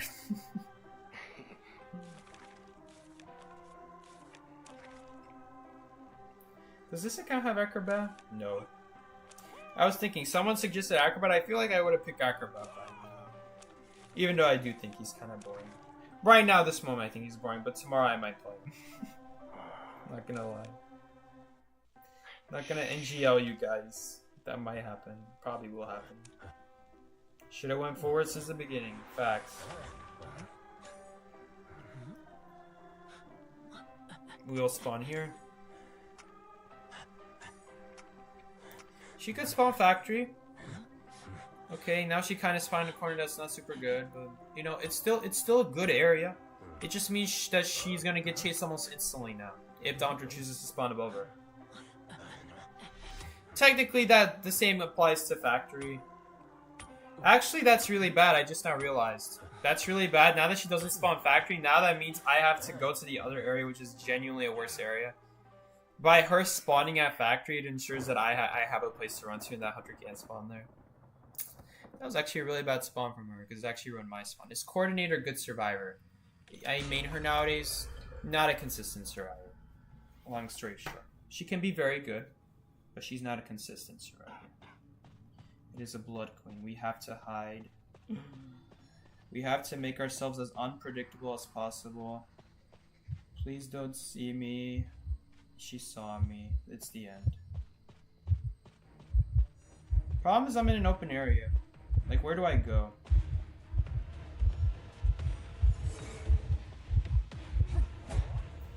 Factory, I guess. There's nothing I can do. We just lose. Maybe like Tato will like stun here or something. I was really hoping Tato would be like a pout or something. Cause then I could, and I messed up. I'm not playing good today. Oh well. Is Tato still here? Tato technically is still here. I didn't even get a mirror out, so now she missed her mirror technically. I guess that's nice. She didn't miss it. Tato positioned herself in a way where now she could technically get hit by a mirror again. She's also really far. I don't know. Tato should have. Now she has to go for this really risky forward football. Okay, what she should have done is she should have after the hit gone to the side where there is no mirror, just her main body, instead of running backwards. That way she can still protect me while at the same time protect herself. It's a little bit annoying.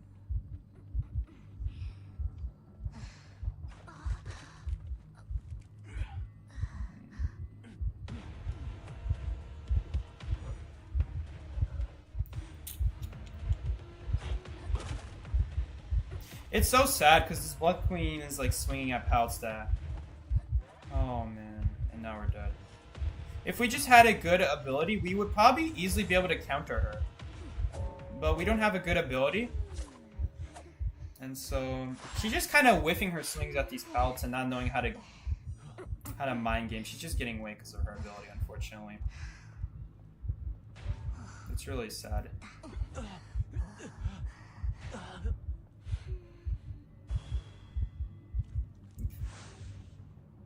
I would say that's a very bad teleport. Unless she saw where the closest cipher popped. That's... I don't know about that teleport.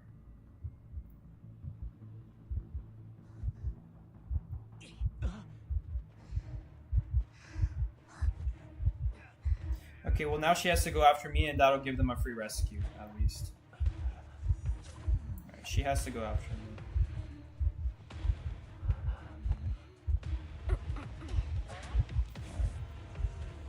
Why do we have an entomologist wasting her time? Oh my god. I don't think... If that's what this entomologist was doing this whole time, then I don't have a feeling we're gonna have enough ciphers to win this anymore. To tie this, I mean. That's so sad. I mean, there's really nothing I could do. My only option is to hide, but because no one spawned factory, the area on my side is completely open. I have nowhere to go. I have nowhere to, like, lose line of sight. There's really no point of dropping more than one pallet since one pallet already stalled her. All this other pallet does now is just give her an extra pallet to break. It's also now a place where she can't football through because she dropped the pallet. So now she has to football in the open and dies anyway.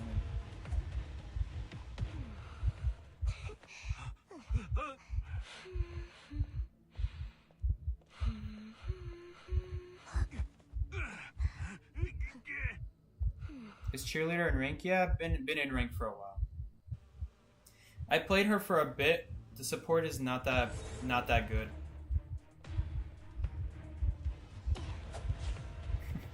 Why I don't like Acrobat against Blood Queen in a nutshell. That was really sad. Like, I don't even think he played that bad. Cause like, where is he gonna ball? To the side of the edge of the map right there. He's just gonna get a corner.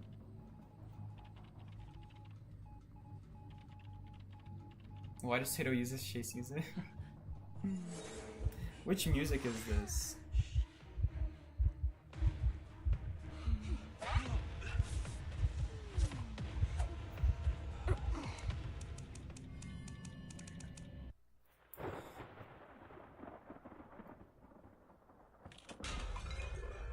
Did she have a different chase music the last time I played on her account?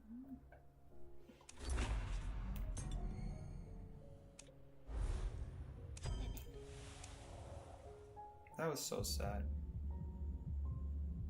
I mean, what do I even do? There's nothing I can do there.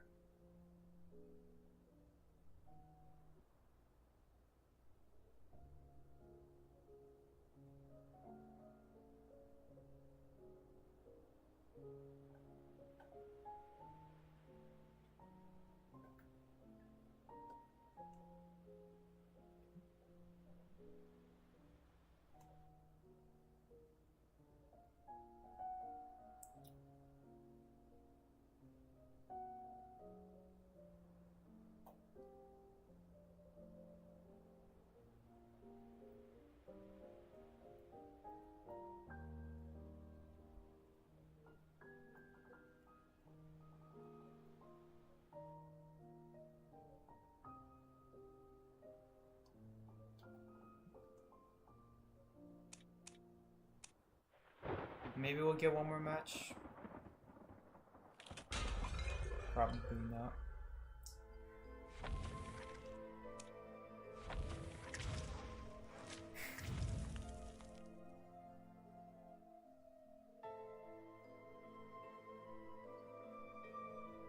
By the way, it actually turned out to not be about teleport because I didn't think she was that close to the basement.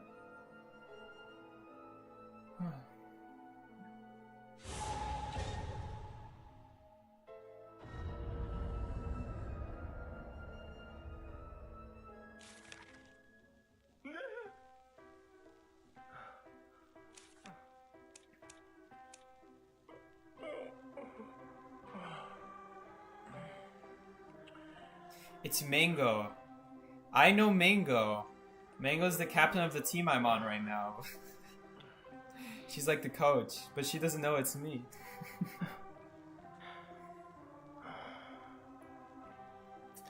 Hold up, we really gotta get Kai here and impress her. How am I supposed to get Kite though? This account has like no good kiting characters. My options are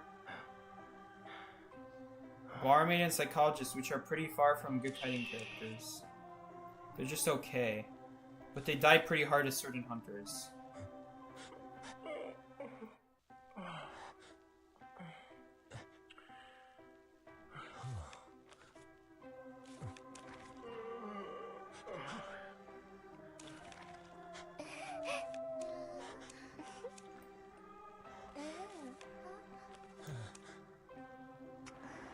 I don't think I picked it.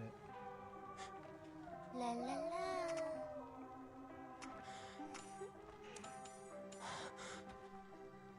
Pretty... I never liked this spawn. Because Hunter spawns small bow, blocks big bow, forces me to rotate, and Hunter can easily go after Shed to survive red Shed. And depending on their Hunter, if it's Naya, then it'll actually be amazing for them. We just set them up perfectly if it's Naya. So I really don't like this spawn setup. This is not a... I would say this is not a very good spawn setup.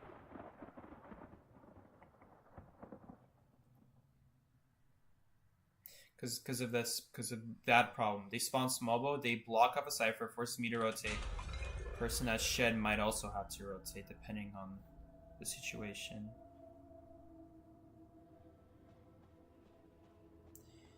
That looked like a tall Hunter.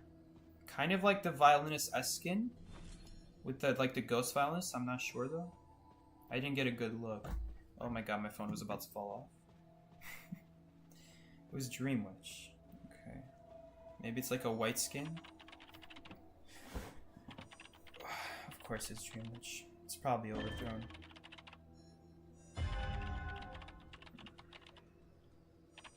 I don't know how you do this deduction. I don't even know how I have this done on my main account. I think I did it in like back when the Nightmare AI thing was still into the game and accounted for deductions. How do you create more than 20 meters of distance? Like if 20 meters already sounds impossible because the Hunter is technically faster than you. Tall Hunter is the shortest in the game. I swear I saw something. Look, I swear I saw something.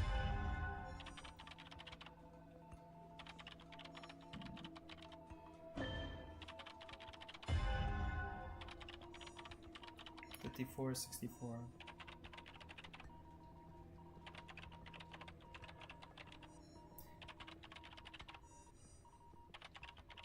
Is a straight line the best spawn on this map? I've changed my mind from thinking that the shed L spawn is the best to now that I think the line is the best spawn.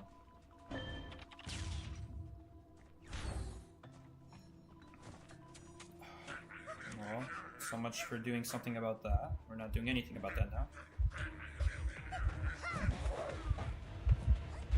In fact, if anything, now at least we're in a good area by forcing her to take a patrol hit earlier. I really meant to drop that pallet in all honesty. Really meant to drop it. It's so sad, but like, I don't have anywhere to go. Problem with Lakeside.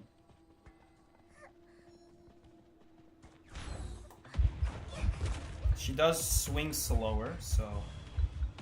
Does this have a blink? She just broke it. Okay. Let's see what she does. Now, chances are that I do this and we just go down here because we have a speed boost. And we're just gonna do this. That way, neither leech does anything. Please! Thank you! Whew, that was a little close. She has to vault individually with both leeches. That's so painful to do as Dream Witch. Imagine having to do that. I'm actually going to ignore that other window because it's too easy for that other leech to move and block it. So I'm gonna go down here and maybe we'll reach this window. We don't. She used the blink. Okay, that's fine. So we do force the blink out. Basement is here though.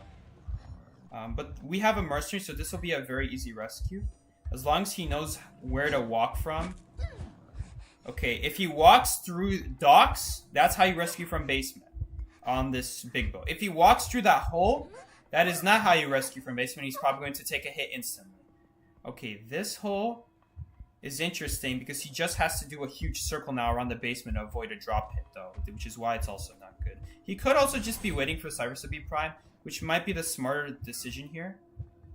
He got found instantly, and he took a hit, and he wasted an elbow pad all at the same time. Perfect. Okay. Well, at this point, the Cyrus better be primed. They better be primed at this point. Because after this, I don't have anyone to rescue me. Like, I'll have Acrobat, I guess. Who cannot reliably do rescues. That was actually a great pop. I didn't even realize the cipher was primed. Like, the moment they primed it, I see, but it's kind of too late. It's probably Blink. I'm not even going to try using the area. We're just going to get as far away from as possible from the gate. Because main body didn't use Blink. It was, wow, so it turns out if I just I tried to bait her a little bit. Because I thought she would do it sooner, and then I see she's not using this, so I run backwards, and... Wow, so right as I run backwards, she blinks that moment. That's really annoying. At least we can technically get rescued. Okay, we have all three people on gate. That's fine. Oh, my pings did change. These are my pings. These are my pings, right? Nope, they're not. It just so happens that Hunter Cheese Target is in the exact same spot.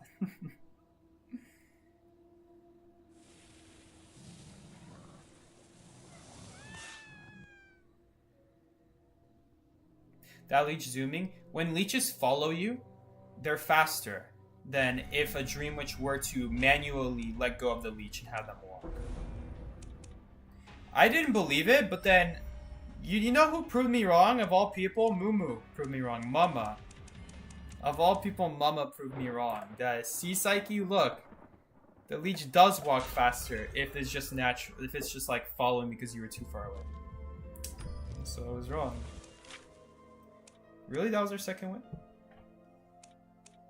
Oh, you're right.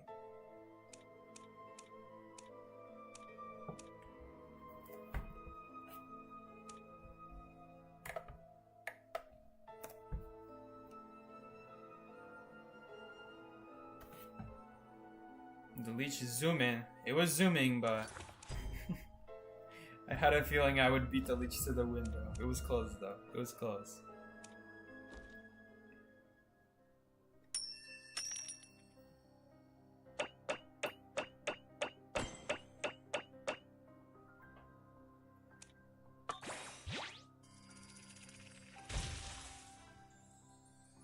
highlight. Holy crap, Tato, you have 22,000 fragments.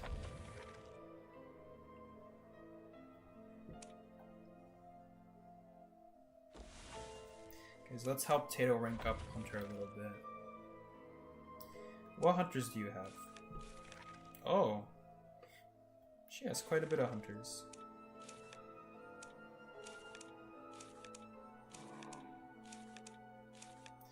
Here we go. Looks like we found a hunter to do. Use Shadow Strike to enter stealth mode. Okay, that one's impossible. When are they gonna fix that?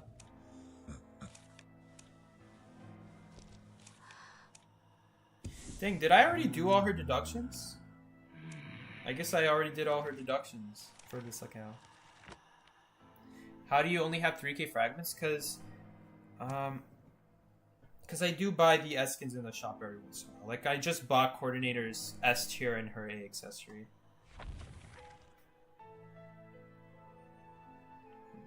I always forget how you enter a match from here.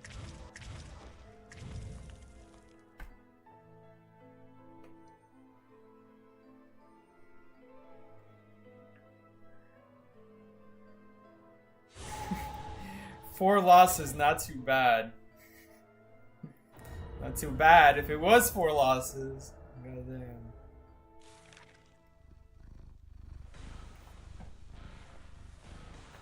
Bro, this cat is actually purring. That's crazy. That's crazy. Whatever. I am not the best opera singer in the world, especially because the last time I played her was like 2 months ago. Maybe 1 month ago? This build is just named LJ, okay.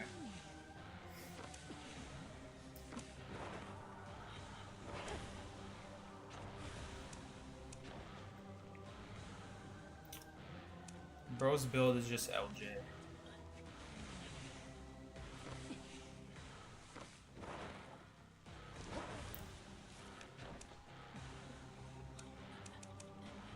Sure, why not? Why not?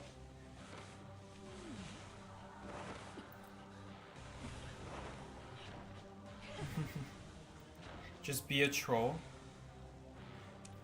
Be a basement troll. Let's have some fun. He made that account. Okay, he made that build for this hunter. I got you.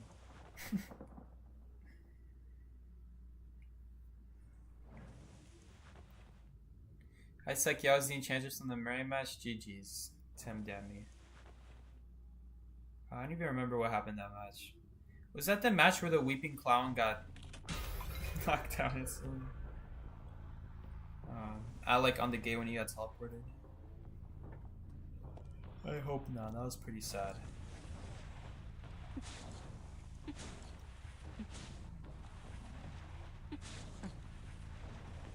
Let's see here. There is a cipher here, so we have something to jump on.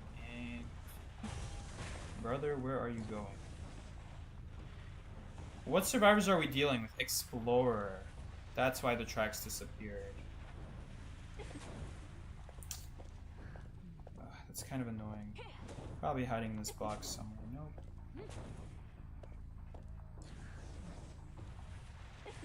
Do we have trump card? No, I don't have trump card, so I can't even easily find him. That's really annoying. Oh well. This always happens. Whenever there's Explorer, I never look at what survivors there are. And then by the time I realize it's an Explorer and I realize what I need to be looking for, it's already too late. What the hell, bruh? What caused that calibration? What caused that notification, I should say? Oh, wait, this is the Explorer. That's what the notification is for. Oh, well, you got body block. Okay, nice hitbox. So who was at the other place then? This whole time I thought I was searching for an what's it called? An Explorer.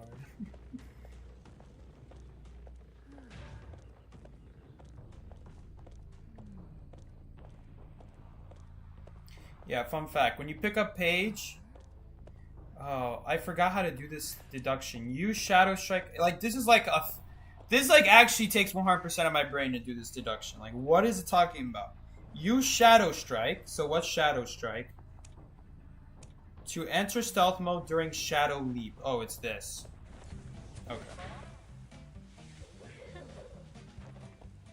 A very weird deduction. I'm not gonna lie, that was pretty risky, bro. You either win big or you go home.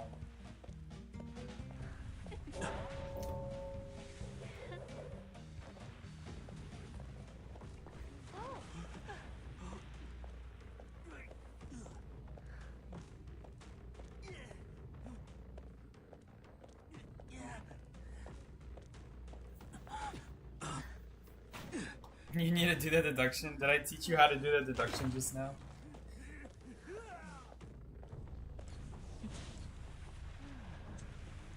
Is that someone? It is someone. It's a mercenary. We do take those free hits on the mercenaries.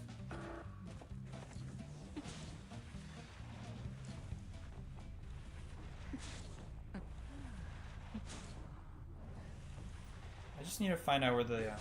You know what? Oh, did I just see something there? The other dude is almost for sure healing up Enchantress.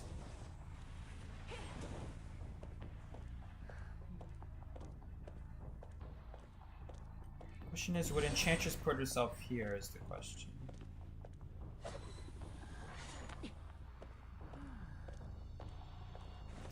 Looks like she did.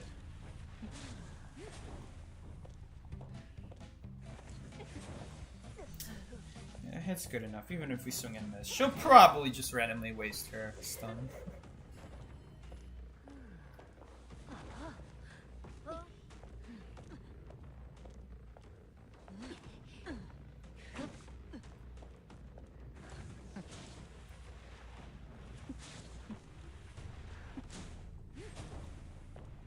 We gotta stop at least one of these ciphers.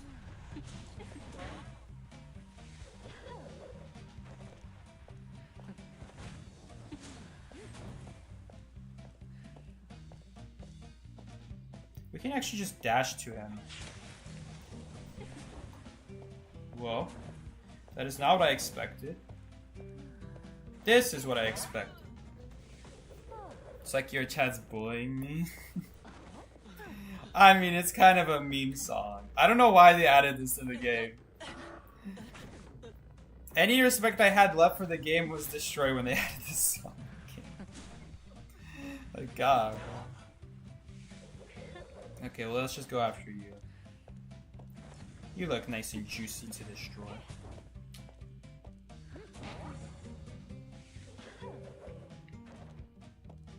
Where is he going? My man is just elbow padding. He's got places to be. Don't judge him.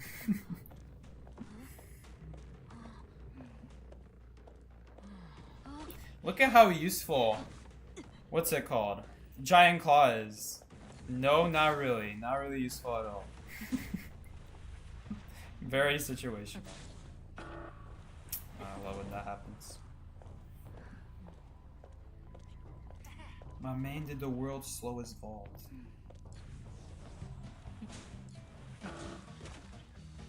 Yo, baby.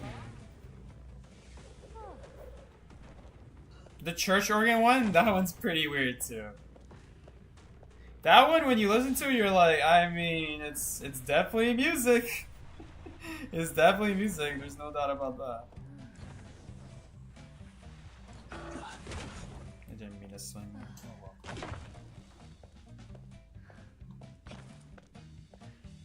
My man became magician. He probably like stayed upstairs. Secretly.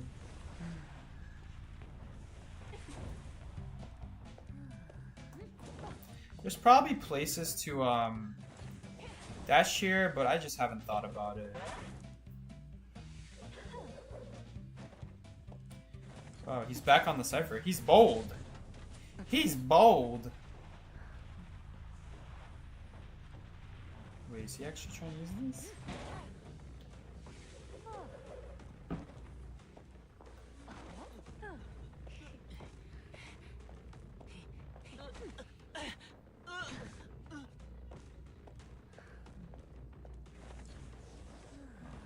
anyway. Oh look, there's a red dot here somewhere. You guys saw that red dot? Yeah, I saw it.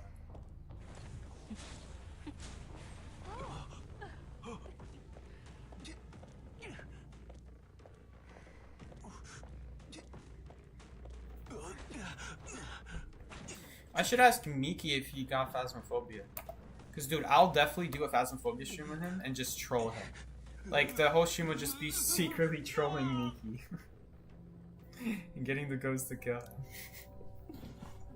That would be so toxic. It would be a good intro to the game. It would definitely give him a lot of good scares.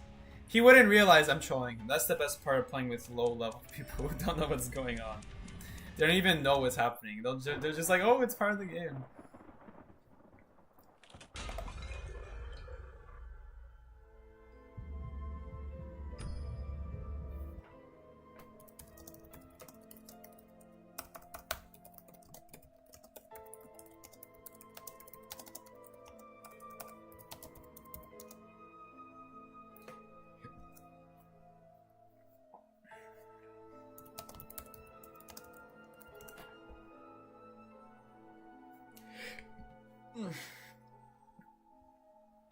Me burping.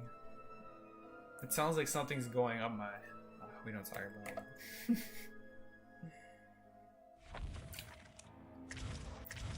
Alright.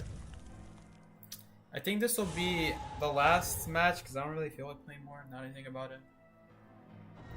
Now that I think about it. Miki suffering stream. I have some good ideas. I have some good ideas to troll him. We're gonna set up the tripod trap. We gotta do tarot card roulette. we gotta randomly say, "Ooh, if only I could wish to see the ghost," while holding a monkey paw. Oh man, that would be so funny. What else? What else is kind of fun? The random summoning circle at the start of the game. That'll be fun. That's my favorite. Favorite for now, at least.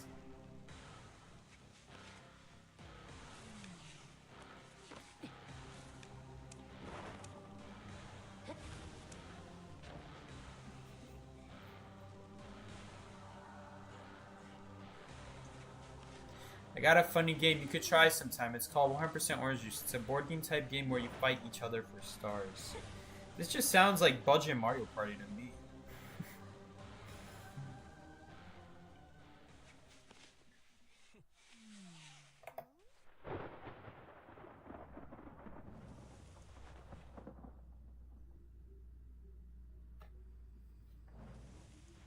You guys are all talking about the chase music, but does anyone remember the Halloween chase music from 2018?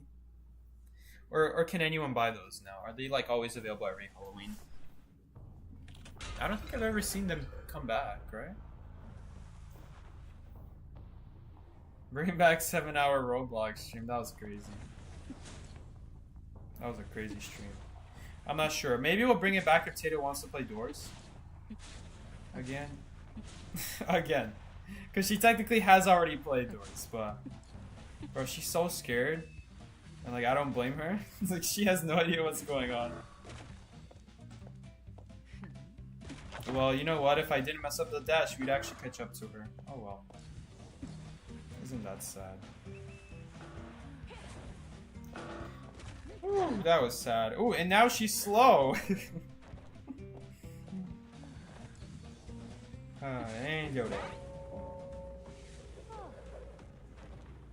What's $5?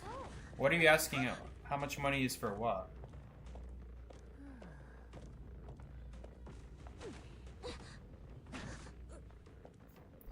Actually, right now it's $13. I'm pretty sure. Let me check right now.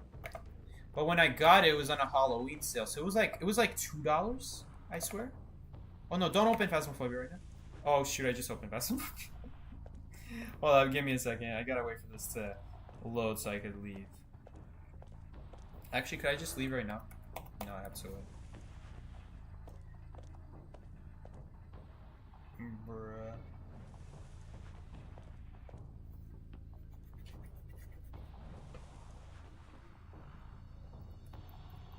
Yeah, because when I got it, it was on a Halloween discount.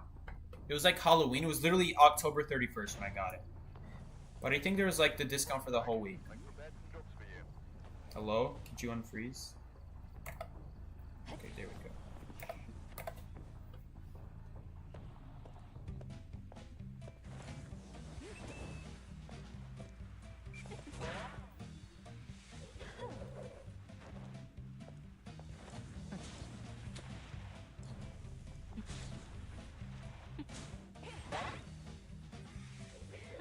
Hit a survivor within a short duration after using Shadow Dance. So I have to teleport and then hit them. Okay, easy enough. Can I see how much it costs? I swear I used to be able to see how much it costs still. I don't know how much it costs. You'll have to see on Steam.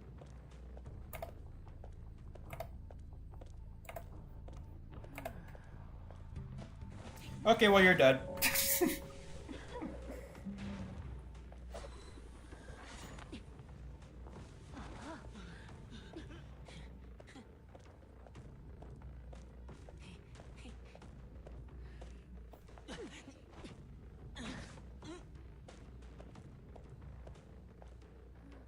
Oh, you mean the 1% orange juice game, $5?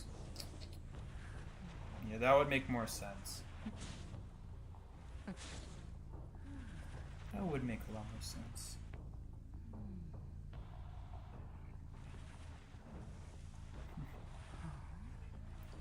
Bruh.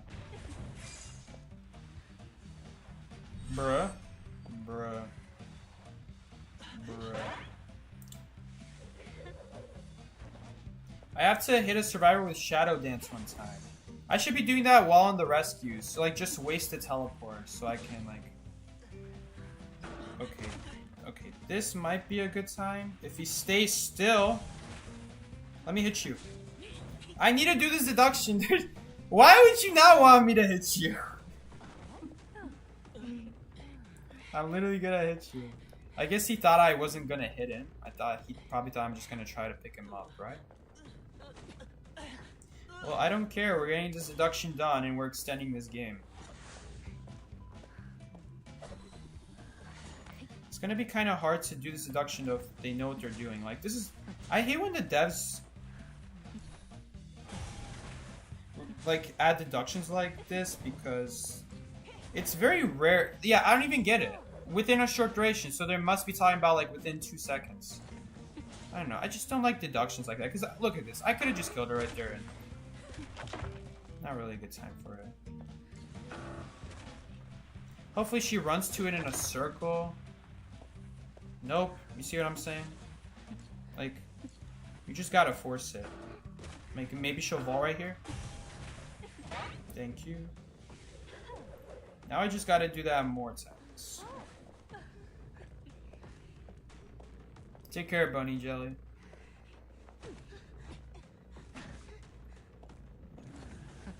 You have a good rest of your night.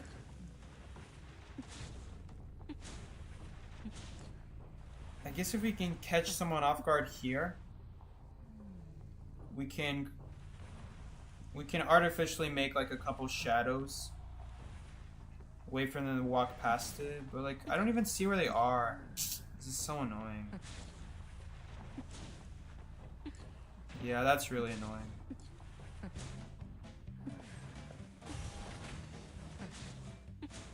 Hopefully that counts. Okay. It does.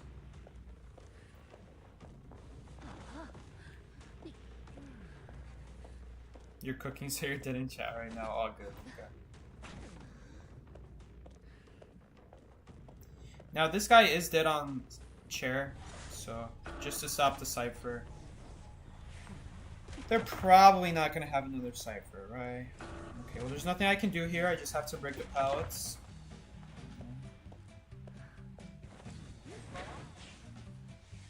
And let's just hope he just walks into my shadows.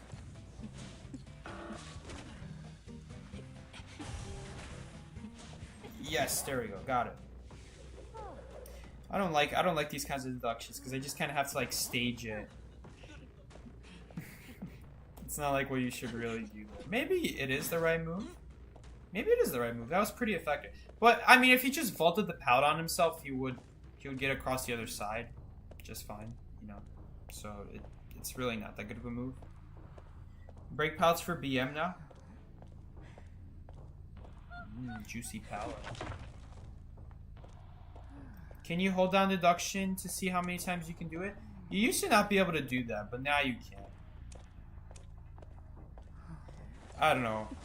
For me, I feel like it's pretty obvious. I played the game for so long that I have a feeling when it comes in like threes, so I don't even bother checking. Wow, imagine the cipher almost being done because I'm blind. There's definitely someone else here. They're waiting for me to like chase a mercenary or some crap like that. No, there was literally no one here. Okay. Legitimately, it was just him.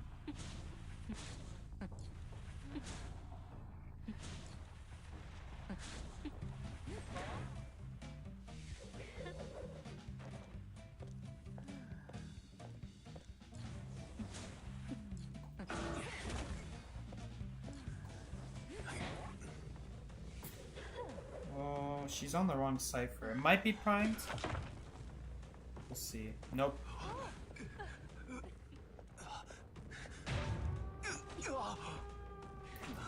If we teleport fast enough, we might see like her highlight. Nope. Okay, well she's right next to the gate anyway.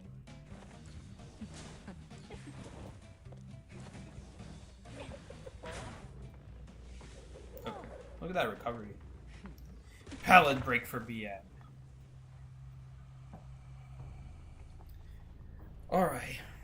Alrighty guys, I think that's it. I'm dead.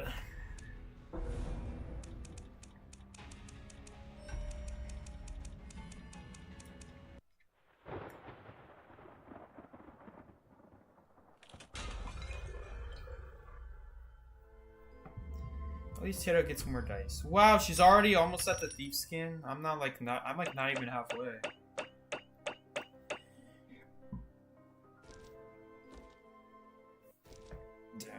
Alright guys, thank you so much for watching today's stream. I'ma head out. I'm tired guys. If you guys enjoyed the stream, go check out my other streams. Check out my other videos. Subscribe if you liked. Like if you liked. Hey Sikey just arrived. I'm so sorry, Waldo Gaming, we're ending. Guys, I gotta go. I'm tired. Gotta eat. Yeah, you did come right at the end.